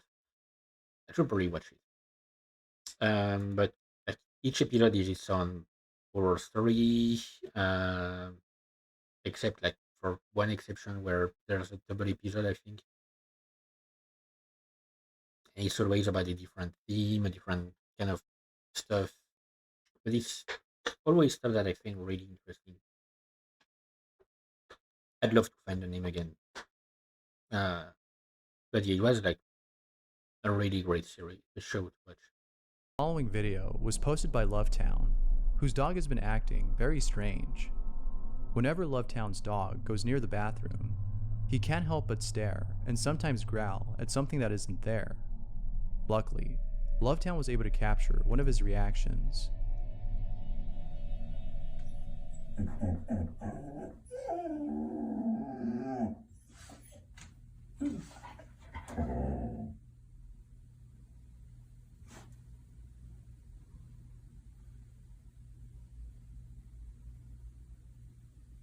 Mm, I mean, he's looking towards the mirror, and the thing is regarding like animals and mirrors. Well, Oh, I think I know this one. The thing is with animals and mirrors, um, like not a lot of animals actually. So, not all. I mean, most dog breeds can't even see a reflection in a mirror. Like mirrors don't actually, like their eyes can't view reflections. But those that do, the ones that I mean, that are able to see reflections, are unable to understand that it's them that they see, or that they're unable to understand that they see a reflection of something else. So it's possible that the dog was simply growling because he sees like another door on the other side of the thing, and he's upset because he cannot reach it because he thinks that it's another door when he doesn't realize that it's the one next to him. It's entirely possible that it's that. filming a video in the attic, Liliana encounters something pretty spooky. What if it's a raccoon? Why isn't she answering? She's in there. I'm gonna be so mad. She's not in there. I can't. It's mom. I'm so scared. Mom! He's like, She was just messing with us for a long amount of time. It scared the shit out of me. Let's throw something at it. What? What the fuck? Oh my god! No, it's not! Why was it knocking? It was completely closed. Like, I shut it. Like, it closes with the lock. Slay, I'm shaking! Mom! Yeah, the screaming is In preventing me. 1991, Like, what the screaming is preventing me from taking this too seriously. I want to go back to when it's completely opened.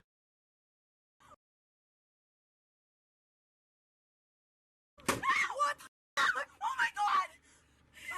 It could be a draft with a backdraft, but it seems like one of these side attics kind of deal, which would be a bit creepy. Why was it knocking? It was completely closed. Like, I shut it. Like, it closes with the lock. Slay, Yeah, that was a bit weird. I'm shaking! Mom! But with the screaming, like, it's really hard to take it seriously. In 1991, in Sandy Hook, Connecticut, a young deer hunter was roaming in the woods when, after going further in, he finds what appears to be a doll carved out of wood. The wood dweller, the name given to this doll, was found resting atop a circular pinnacle of rocks. The sight of this doll was so unsettling that it caused the young man to run as fast as he can back to his car. I mean, understandable. However, on his way there, he stumbles upon a man dressed in black. The young deer hunter was at a loss for words, as the sight of this hooded figure dressed in black from head to toe was really frightening. He then mustered up the courage to ask this mysterious individual for directions that would lead him out of the woods. The hooded figure did not respond, but after a few seconds, the hooded figure points out a direction to which the young hunter starts heading over. He came out of the woods unharmed, but who knows what could have happened had he confronted the hooded individual or stayed in the woods a little longer. I mean, okay. I would say weird culture.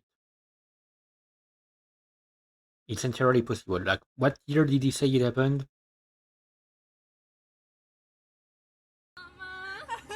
A young deer hunter in 1991. Yeah, 1991. Yeah, I would say weird cult shit. Like, back then cults were still like very prominent and still had a lot of influence. I mean, they still do. A lot of them still do nowadays. But like smaller communities were more prominent, and it definitely could have been some weird cult shit going on. The following video, someone was playing video games when, all of a sudden, there's a faint knock outside their door. But what happens afterwards, after they open the door, is pretty creepy. There's knocking on my door, and I don't know whether I should be scared or not. Okay. Okay, yeah, that's not the kind of door that opens on its own. Hello. Oh my god. Hello. Oh Jesus Christ. Oh Jesus. Oh.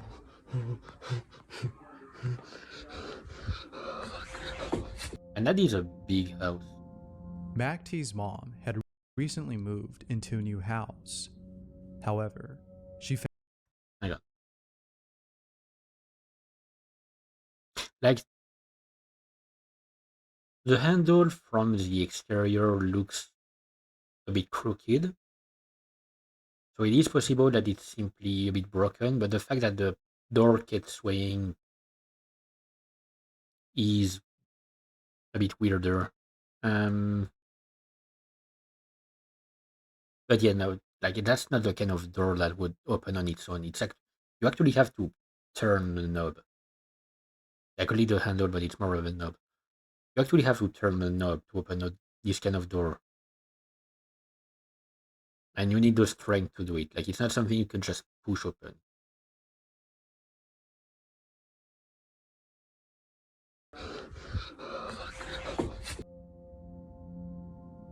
MacT's mom had recently moved into a new house. However, she found something pretty creepy while moving in. In the bathroom, there are some ducks that are painted on the wall. Although there's nothing odd about the painting of these ducks, it's what's hiding behind the paint that's creepy. In one of the ducks' eyes, there's a peeping hole that points straight to the toilet. Ooh.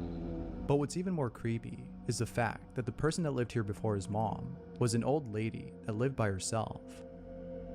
As always, what are your thoughts on this? You have to use that picture to talk about an old lady, right? Thanks for watching. I mean, it's highly possible that the hole was there before the old lady got the place.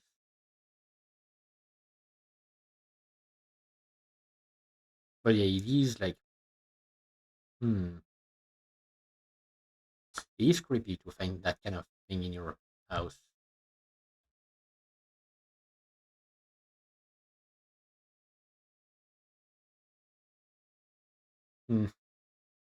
I don't know.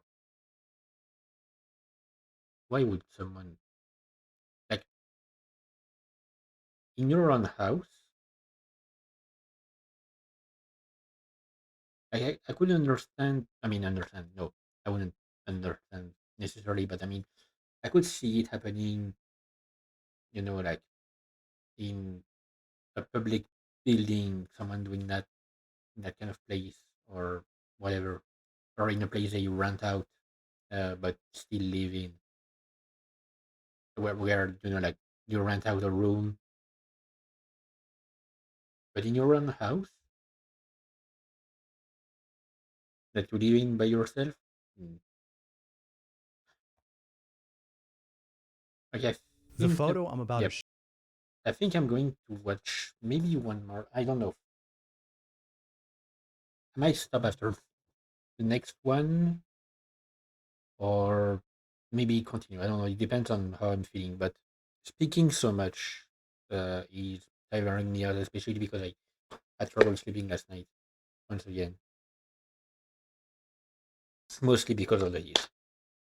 I had some really weird dreams as well. Like the last dream I had before waking up. Um, like the last dream I had before waking up was a bit like, I don't know how to explain it. Like, it was a dream in which I was watching a nature documentary about a species of penguins that was quite peculiar because the way they reproduced was terrifying, to say the least. So essentially, the way they the way it happened is like after like mating, the female would have a few penguins growing inside of her in what looked like chicken nuggets almost.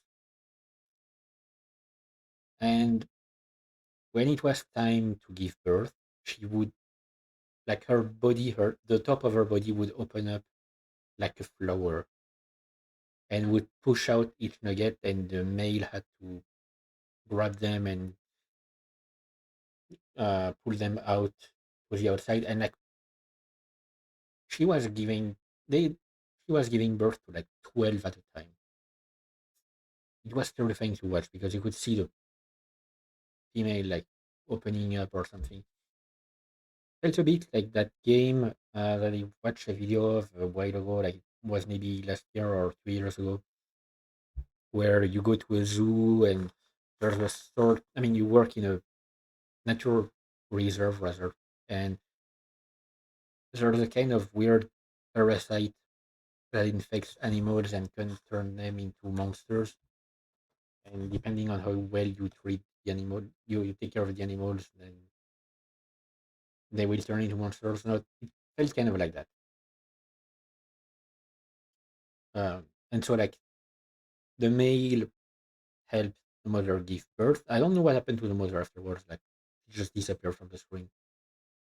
And same for the babies. The babies left and just disappeared.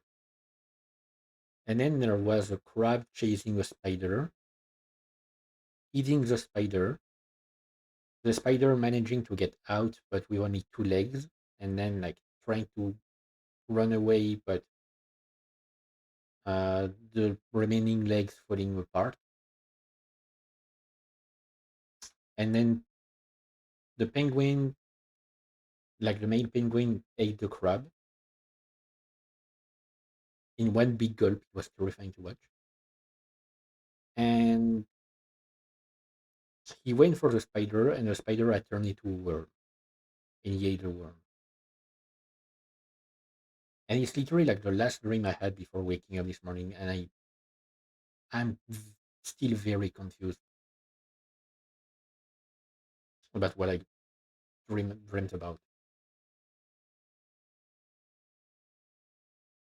The photo I'm about And like I'm very like tired. to show was taken at a playground inside a McDonald's. In this photo, something really creepy was captured. The parents who took the picture wrote, "Taken at a McDonald's. We thought our daughter was alone in this playground at the time. The face on the left was not visible at the time I took this. When she was asked who was next to her in the pic, she replied, 'That's my imaginary friend Beto.' Here's the photo they took." That's amazing. What the fuck? Okay, yeah. What the? If that's not nightmare fuel, then I don't know what is. What Out of the all hell? places. Okay, yeah, that is creepy. That is like a really creepy face. That's a face only a mother could love. Right. The scariest place to be at would have to be a farm, specifically within the fields. And of course, it's a lot more terrifying to be at during the night. Oh, yep. Sharpsky was driving through a field when he came across something pretty terrifying. Definitely. My camera can't pick it up. What are those? Dude. What are those? Oh. Why does it look like they have heads? Bro, that's actually people. Bro! Please just get out of here, dude. The fuck is going on? Perhaps this might have been a cult. Who knows? Seeing something like this in the middle of nowhere, late at night, must truly be a terrifying sight. I mean, especially the fact that the only light visible here, like the only light source, is a car. Like the headlights of the car. So it's people standing in the dark. Like in complete darkness. On May 23rd, at around 8:30 p.m., Daniel Robb was resting at home when he heard a downright terrifying, blood-curdling sound outside his apartment. Here's what he caught. There's a sound screaming. It's like a scream. It's so freaking loud, and it's coming from up in the air, like up there. It's been going on now. What is that? Okay, I think I might have seen that one. I swear I saw like this thing when the lightning was flashing a second ago. What the f***? Dude, that's coming from like up in the sky outside of my apartment. What up, Nessa? Hold on.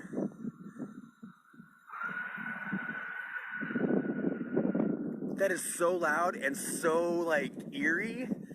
It's like a banshee, blood-curdling scream. Ooh. There it is again. What is that? I might have seen that As one Daniel before. stated, the scream seemed to be coming from the sky. Perhaps the screams were coming from far away, making it seem like they were coming from the sky. This is definitely on par with the Aztec death whistle, as both sound eerily the same. Although both are terrifying to hear, this one takes the cake for sounding like actual screams. Yeah, I was gonna say I might have seen that one before because I remember seeing a similar video where the explanation was basically a gas leak. Apparently, like high pressure gas leaks can cause that sort of sound, and for some reason it only happens during storms as well. But yeah, apparently, high pressure gas leaks can create that kind of sound. Here's some scary found footage that was taken in 1993. Although the quality of the video isn't that good, it is still nonetheless pretty creepy. Olivia Bishop found her father's old camera while cleaning up her home. In this camera, she found some old footage of herself as a child playing with her dad. The video starts off normal, like any other home video, but then, later into the video, something really creepy happens. Take a look at this footage and let me know what you think. Okay, so I think my dad caught a ghost on camera back in 1993, and I want you guys to let me know what you think. And for all those Gen Zs out there, this is a camcorder. We'd set it up, press record, and go about our day. I don't know why, it was just a 90s thing. And just so you guys know, we've had a ghost in every house that we've lived in, so that's why I found this very intriguing. Go ahead and watch that pumpkin in the left-hand corner, and let me know what you think.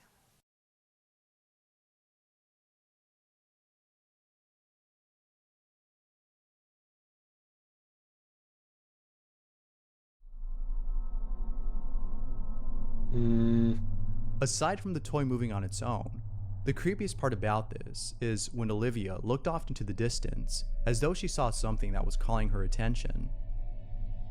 What's even more creepy about this is the fact that according to Olivia, every house she's lived in has had a ghost or some paranormal activity occur. Hopefully it's not the same ghost that's been haunting her, as that would spell very bad news. An entity that follows you around may not be a ghost, but something malicious.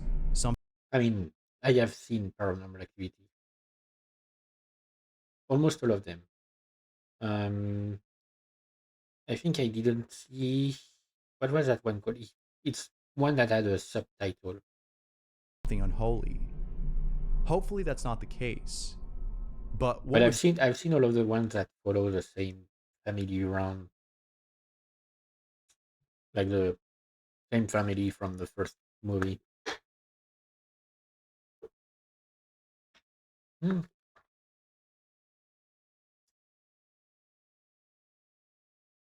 also seen like two movies that I wish more people uh,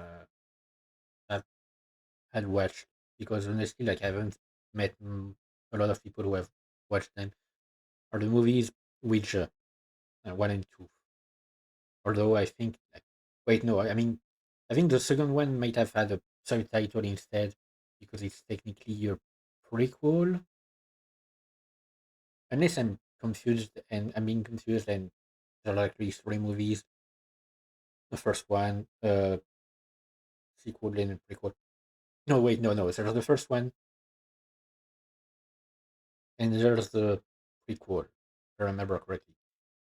And these are really, really good movies when it comes to horror stuff.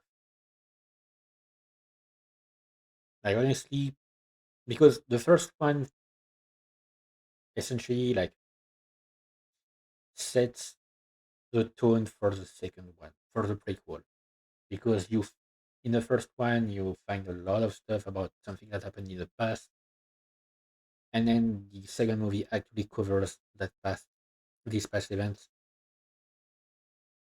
and like it is very interesting because you also see the way a story can be distorted by someone over the years, especially if they are trying to hide something. Like it's some very good movie. You do if you found some old footage of yourself and saw something similar to what Olivia encountered. Let me know down below. This next video was taken by Natalie, who who was home alone when she captured something really spooky on camera. She was calling her dog over, who was peeping its head from a corner. However, it wasn't until after she was done recording that she realized that this whole time her dog was actually outside the house. This is what she captured. Lego. Lego. Come here.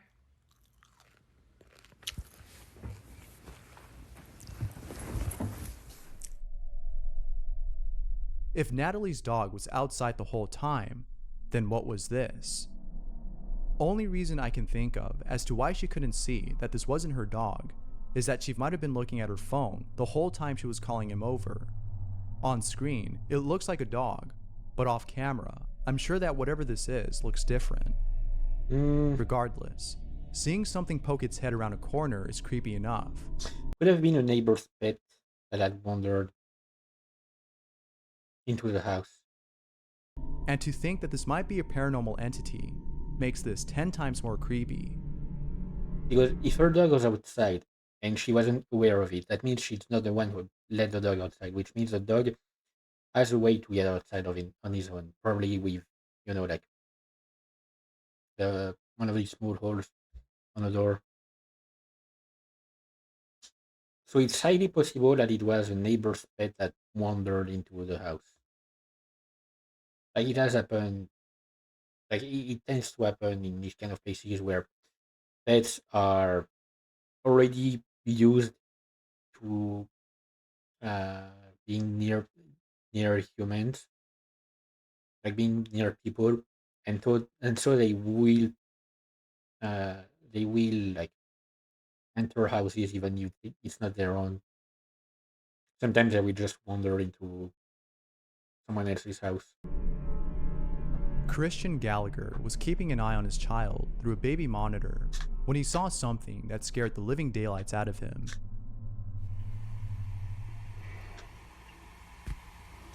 What the is it? Ooh. That's so weird. There appears to be another baby in this footage, as there's a face of a child next to his. However, Christian only has one child. As you can imagine, Christian was baffled by what he was seeing. It sure is pretty creepy. No, like I think yeah, it's pareidolia. Yeah. It's the kids like pajamas having wrinkles that look a bit like this.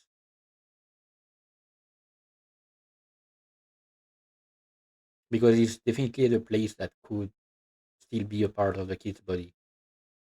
So I'm pretty sure it's that. It would probably be best if he sold the crib and bought a new one. Maybe it's the crib that's haunted and not the home.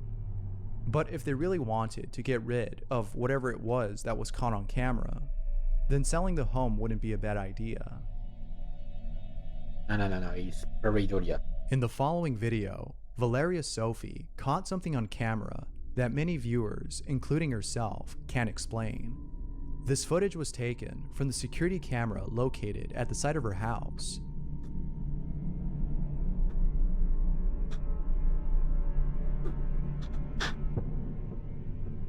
Ooh, what the? What do you think this might be? It kinda looks like some humanoid creature. It almost shares the resemblance of those humanoid creatures drawn by Trevor Henderson. Whether humanoid or not, seeing this thing in person must be a terrifying sight. Yeah, because like at first it looked a bit potentially like a dog, and then like you can see the limbs are odd. Like, what the hell was? Allie Richardson was looking over at some footage from the security camera outside her home. While looking over at this footage, she notices something pretty odd. Take a look at this video and see if you notice anything weird. I'm gonna be honest. If I ever reach a point where I decided to buy a security camera for the place I live in, for whatever reason, like I don't live in a place where there would necessarily be a need for that. But if I reach a point where I needed that, I would like completely forget to check the footage it captures. I wouldn't check it. Ooh, It appears as though the person walking across the street is transparent. Could this be a ghost? Or is this something that might have been caused by the camera? I What do would you guess the think? camera definitely because like these cameras, I don't know why security cameras are always like this. They are always very low quality. Like for tools that are supposed to help people protect their home or their belongings, like surprisingly enough, they are often very low quality compared to what they use in uh, not only what they use in movies, but also like what some people have for everyday stuff. Like even a camscope has more video quality than most. Uh, I mean, a camcorder has more video quality uh, than security cameras. I get that it's to save potentially on file size because since it keeps the recordings all the time, then it would take uh, a lot of space. But still, like I don't know, it's always very low quality.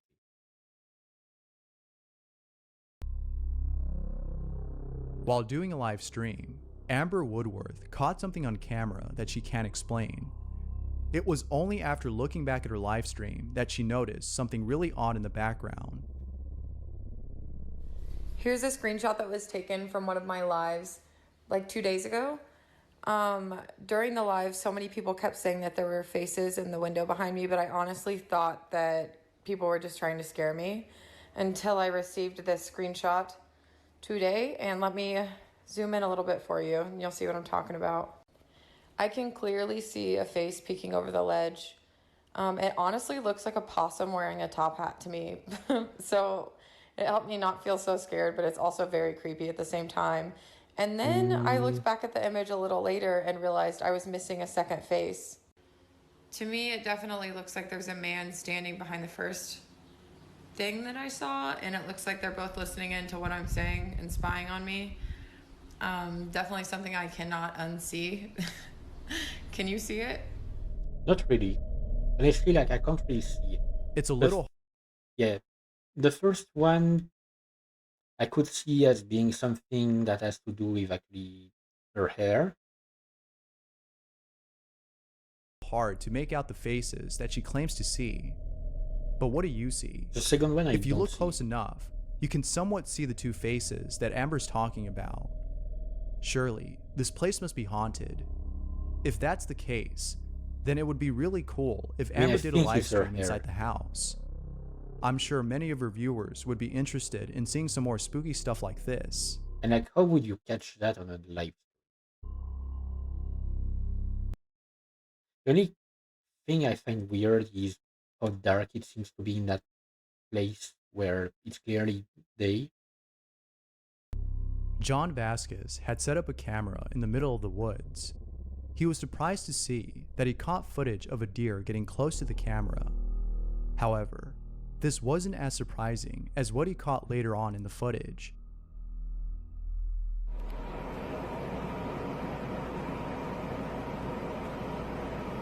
But What the f is that that? was That is f***ing creepy. What do you think this might be? The shape of this anomaly is hard to describe, but its movement is pretty fast. What are your thoughts on this? the fuck was that? I don't know. Thanks Like, for watching, and until next time. was it like a bat that was seeing as it was flying past? I mean, it could have been. It could very well have been some kind of bird with like the light, or rather the infrared cast by the camera being reflected back to it on like by striking the feathers or the wings. It could have been a bat because I think sometimes their eyes or their wings can reflect some stuff. But that is like very weird.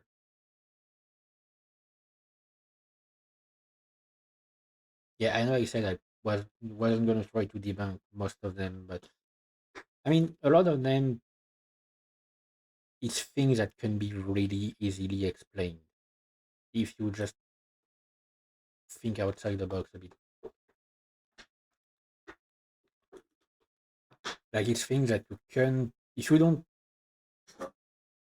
don't look at them with only the scope the lens of like it has to be something paranormal, then you can find explanations.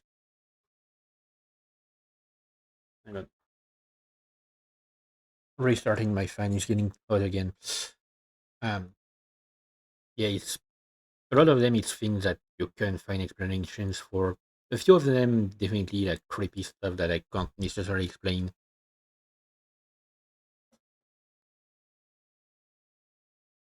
But yeah,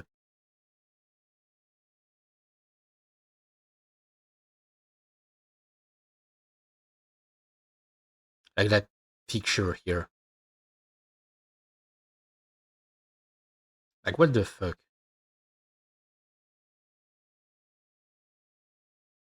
Ooh. You know what? I'm going for another one. Although there are countless videos out there of ghosts caught on camera, this one definitely stands out from the rest, as what's captured in this one is just beyond belief. One evening, Teresa de Ocampo saw her phone lying next to her son. She would often let him use the phone as this kept him entertained while she went off to do errands. Yeah, classic modern parents. A number of times when we are at my parents' place, my older brother and I, uh, and we have to take away my younger sister's phone because, like, she's 10. What the fuck is she doing on her phone all day? Later, like, she has to find other things to enjoy other than watching Minecraft videos all the time or playing Roblox. Because otherwise, she'll just grow up just doing that. Like, you don't want a kid that just grows up with that. Anyway, yeah, classic modern parent. Give the child a phone. At the end of the day, she would retrieve her phone and look at some of the photos/videos he took. She would often laugh at the stuff she would find on her phone. Oh yeah, yeah. Okay. My that same younger sister that I was talking about, when she was very, very little, like a toddler, she would sometimes play with the phone, but just like, touch it for a few minutes and then get distracted by something else and actually go play with some of her toys or whatever. And there was actually like it's a photo that my mom kept of literally just she had managed to take a selfie, and it's that Edna mode angle. Like if you've seen Incredibles, the Incredibles, like it's that Edna mode angle where you see of the nose. It's just so funny. She still has that photo like years later. However, this one particular night was different. She didn't laugh. Rather, she was terrified. The video she saw left her speechless. Take a look at this video and let me. Sorry, I'm literally just captivated by the iris here. Like it is incredible the kind of stuff you can find in a human eye. know what you think.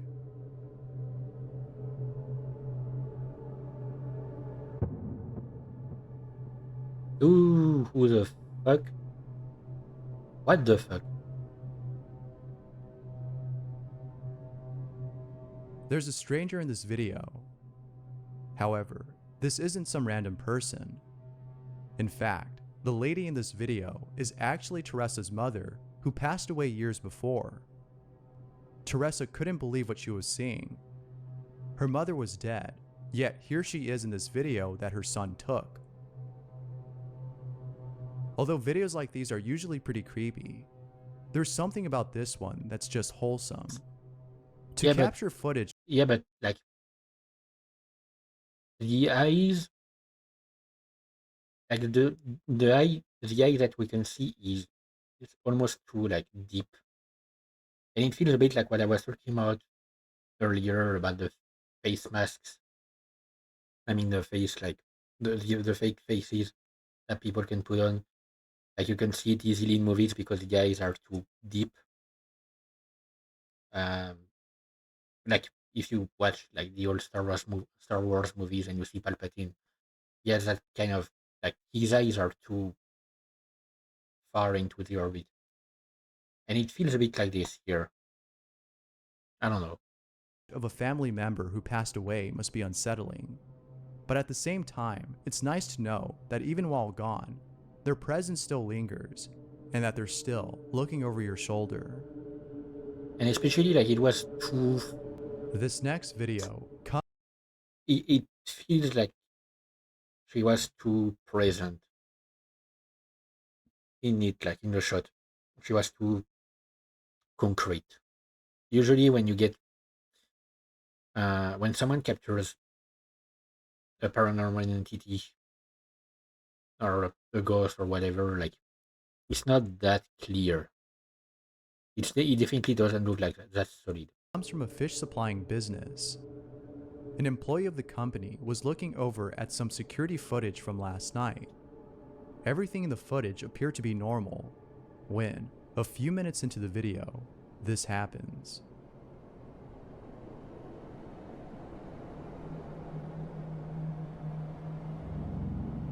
Oh, that's the freezer. Yeah, these things don't open easily. Like these things are not meant to open easily, what makes especially this if they're footage locked. a lot more interesting Well, is the fact that according to the business owner, the freezer door requires a lot of force to open. Yeah, these doors like it takes almost 2 people to open the door. Knowing this, the supervisor was shocked to see that it opened all the way on its own. I can tell because my stepdad works in a place that builds like these big walk-in freezers for businesses and schools and whatever. Like the number of times we go somewhere and like they have a walk-in freezer and you have the logo of the company he works for. And so yeah, like that's why I know like these things are meant to be locked tight. They're not meant to open easily. Like unless there was for some reason a lot of air pressure in that room, enough air pressure to open the door this quickly, it's not normal. On top of that, it seems as though something pushed it with great force, as it opens exactly really that. fast. Like there was There's no force in doubting that that the video is pretty strange. The owner of this business is for sure spooked. If anything, they should try recording inside the freezer if that's possible, to see if there might be any explanation for this strange occurrence. Might be hard to have a camera work in the freezer. But yeah, these things like the doors are meant because you want these things to be locked tight. So the doors are meant to be durable. I mean, of course, they are meant nowadays, especially they are meant to be openable from the inside in case someone gets locked in. But you still need some force to open them. The following footage was posted by Nerk7, who at the time was living in a house at which she and her sister have encountered unusual things, one of which was caught on camera. It's worth mentioning that the sparkles you see in this footage is actually a filter on Snapchat. Oh, Regardless, the footage alone is pretty creepy. I don't use Snapchat According to or Nerk7, she and her sister woke up to a noise coming from downstairs. actually, like, I almost don't use social media at all. Like, the only things I use that can be considered social media apart from like Twitch, YouTube, are Discord and sometimes Reddit, but Reddit is mostly for doom scrolling. Like Discord, I use a lot to talk to like people I've come to know over the years.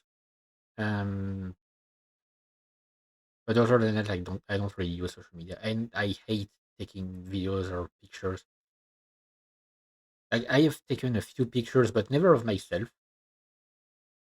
And it's usually like when I see something interesting, like actually interesting. I never take pictures of myself. I think the latest picture of myself that exists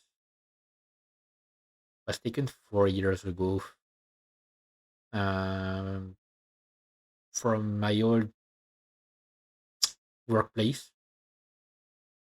Like I used to, it was basically what I was doing at the time was a sort of special kind of deal contract, which we called uh, civic service.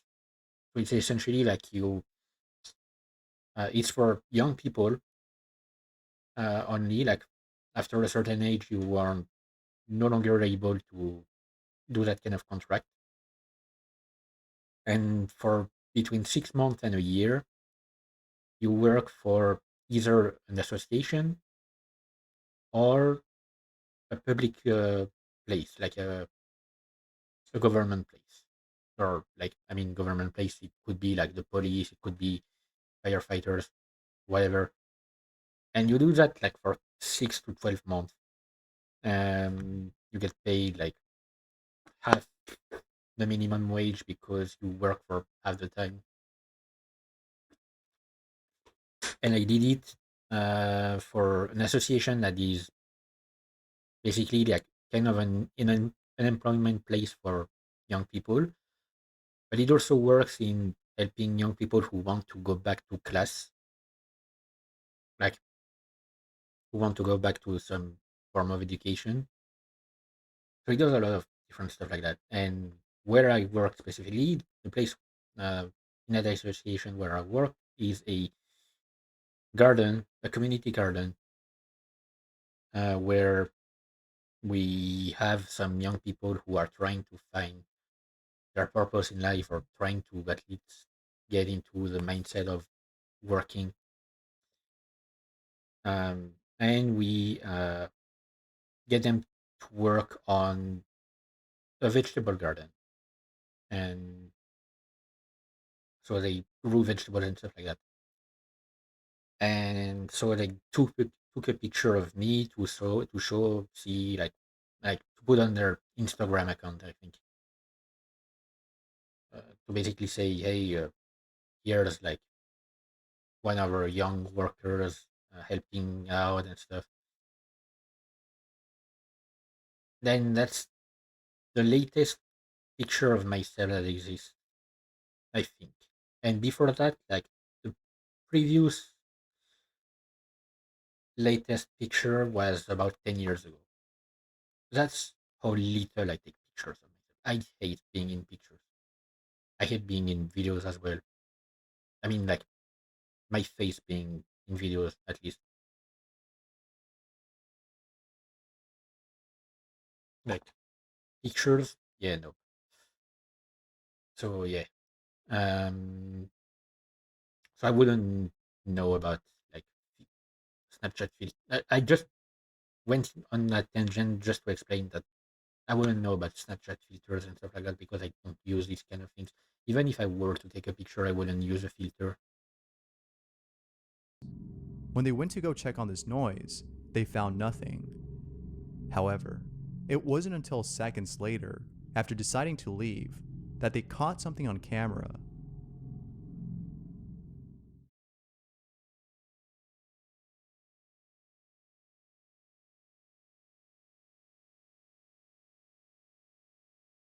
Hmm.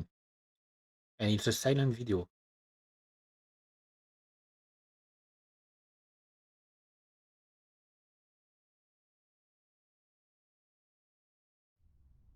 Like, is it silent because of something, or Videos like these seem pretty genuine, as the reaction of those in them seem authentic. However, a reaction that appears authentic does not necessarily prove the because like video's they authenticity. show the they show the But there's subtitles something for about this one that they show the subtitles for a thumb, but like, was the audio claimed or something? seems real. As always, what are your thoughts? The following picture was submitted by Bipolar Nemesis, who, along with That's this a name. picture, writes, "My 50-year-old aunt always had night terrors. She's always had them ever since she was a little girl. They come and go, but in 2010, it started again for a couple of weeks. She wakes up screaming, waking up everyone inside her house. She lives with her husband and her 3 sons. They would wake up to her screams. They would always ask what's wrong, and she would often say the same thing, that there were shadows looking at her. She said that they would pull her feet. However, one night, she woke up screaming again.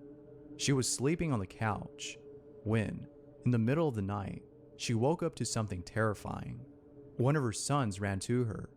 She was in the kitchen crying. He then decided to take a picture of the living room where she slept and sent it to me. He says there's a couple of faces in the left corner of the picture, and I noticed the same thing. They had a priest come over and bless their house. It stopped for a while, but then it started happening again. She was prescribed Xanax, and now she doesn't have too many night terrors anymore.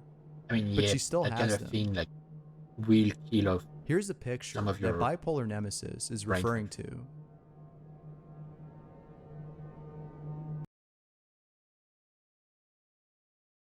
Hmm. I can see something around here, maybe. Oh, there. That does like look from this from this distance. It looks kind of like a face on the side if you think about it, but like it's pareidolia again. Here I see kind of something, I guess. I've never had night terrors. I had sleep paralysis once. One time when I was sleeping at my mom's place, and I actually like realized that it was because I was sleeping on my back, which I almost never do. Oh wait, I'm getting a phone call. Hang on.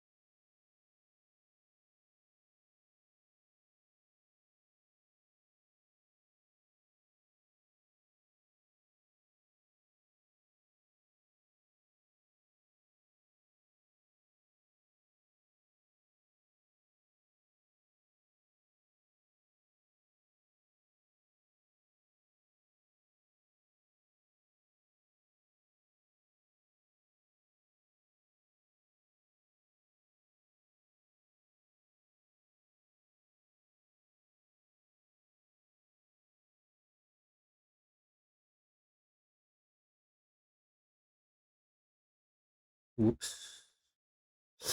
Sorry, it was my mom to tell me that she, no, my younger brother kind of fucked up. Told me he was coming tomorrow. He's actually coming tonight, like in an hour and a half. So I will end that video and like end the stream and clean up.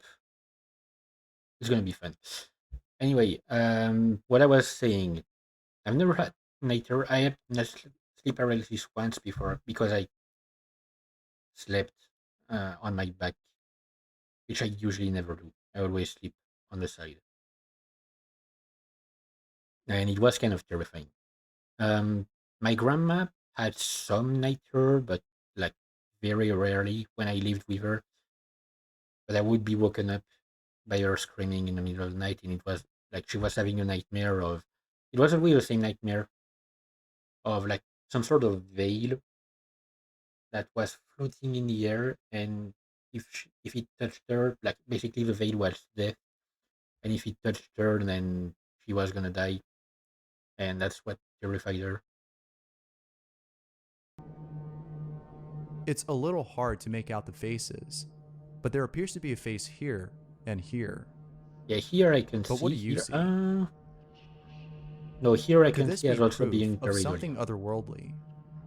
Perhaps the night terrors that she experiences aren't necessarily night terrors, but apparitions that cause her to freak out. Doubtless, this one's pretty creepy.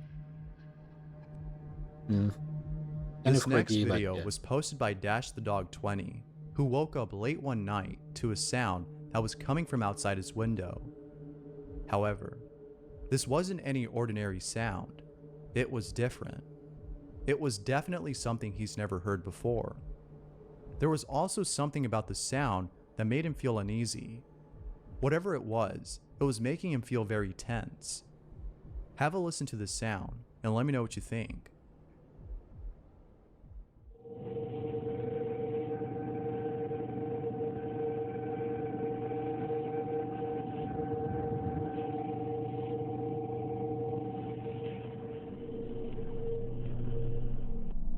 Okay, that's definitely Someone weird. commented that this could have been a nearby train making those sounds. Dash the Dog 20 states that there aren't any trains that pass by where he lives. He lives in the suburbs, where there aren't any trains. Figuring out the source of this sound has left him scratching his head, as the sound seems to have come from out of nowhere. This one's weird for sure, but I can't help but think that this might be another incident of trumpets playing in the sky, a phenomena many people claim to have encountered. But what do you think? Alright, Is forgot this about another that incident kind of of that thing. phenomena? Or do you think that this might be something else? I Let me know remember down below. seeing something about that kind of phenomenon before. I don't In the remember exactly. following video, MD Strict, who works at a gentleman's club, saw something pretty creepy on one of the security cameras of the place. Take a look at the following footage, and let me know what you think. I'm here at work by myself. There's no one here. DJ's not here. There's no girls here. There's no guest here. It's just me. I'm opening up. There's no one on the stage. I came over here and was looking at the camera system. There is someone standing on the catwalk. There's... Oh my... What the fuck is that? It sure does look like someone is on stage. The apparition in this footage has the outline of a person's body. There might be an Okay, I can't really explanation for see it. this, but as of right now, no evidence has been brought forth I can't to really prove this as otherwise. see As what they're always, what are your seeing. thoughts on this? I can't really see what they're seeing here. YouTube honestly. user Time to Wait has caught something on camera that has left her at a loss for words. The security camera outside her neighbor's home caught footage of herself acting very strange.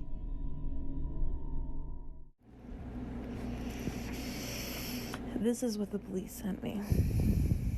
This is what they found from all the footage. This is 2 weeks ago at about 10 p.m. They say that that's me. I know for a fact that I worked the next morning and I have to wake up at 6 a.m. I know I was in bed. I know I was in bed. The mannerisms, the behaviors, they're just off. I mean, know. could be sleepwalking. Like I said, I can't explain this. So, I mean, I'm just gonna leave this here for you. There's another minute or two of it. I'll post it on YouTube. Like, What makes this tiredness and anxiety could very much lead to some sleepwalking. footage very odd is the fact that according to Time to Wait, this isn't her. She cannot recall this incident. She clearly remembers lying in bed at the time of this recording. She had to wake up early the following day, so for sure she knew she was in bed when this happened. Many viewers of the video are concerned. Some have commented that this might be evidence of her being possessed. Others think that this might be a sleepwalking incident. Whether possessed or sleepwalking, Yeah, I'm it going sure for is sleepwalking. scary to see something like this and not remembering what happened. I'm going for sleepwalking. Just imagine looking up at the sky one night and seeing what appears to be a meteor heading towards your way. Although there's nothing spooky about it, it sure is pretty scary to see something like this. In the following video, TJ Charlie caught on camera what appears to be a meteor of some sort. Take a look at the footage that was captured, as it's both mesmerizing and a bit unsettling. Yeah, a bluish green light. Yep, that's a meteor. What's that? It's an alien. It's an alien. What That's is a that meteor. actually? The bluish green light, that's a meteor. When it burns up, it gives us that color. Like someone shared on Discord a few weeks ago the video of Here's some footage of a meteor striking, like it was a camera in the Philippines, like monitoring a volcano in the Philippines. And like because the volcano was erupting, so there was a camera monitoring it. And at one point, it captured a meteor striking the ground behind the volcano. And it gives off that greenish light. someone sleeping when, later on in the video, something really creepy happens.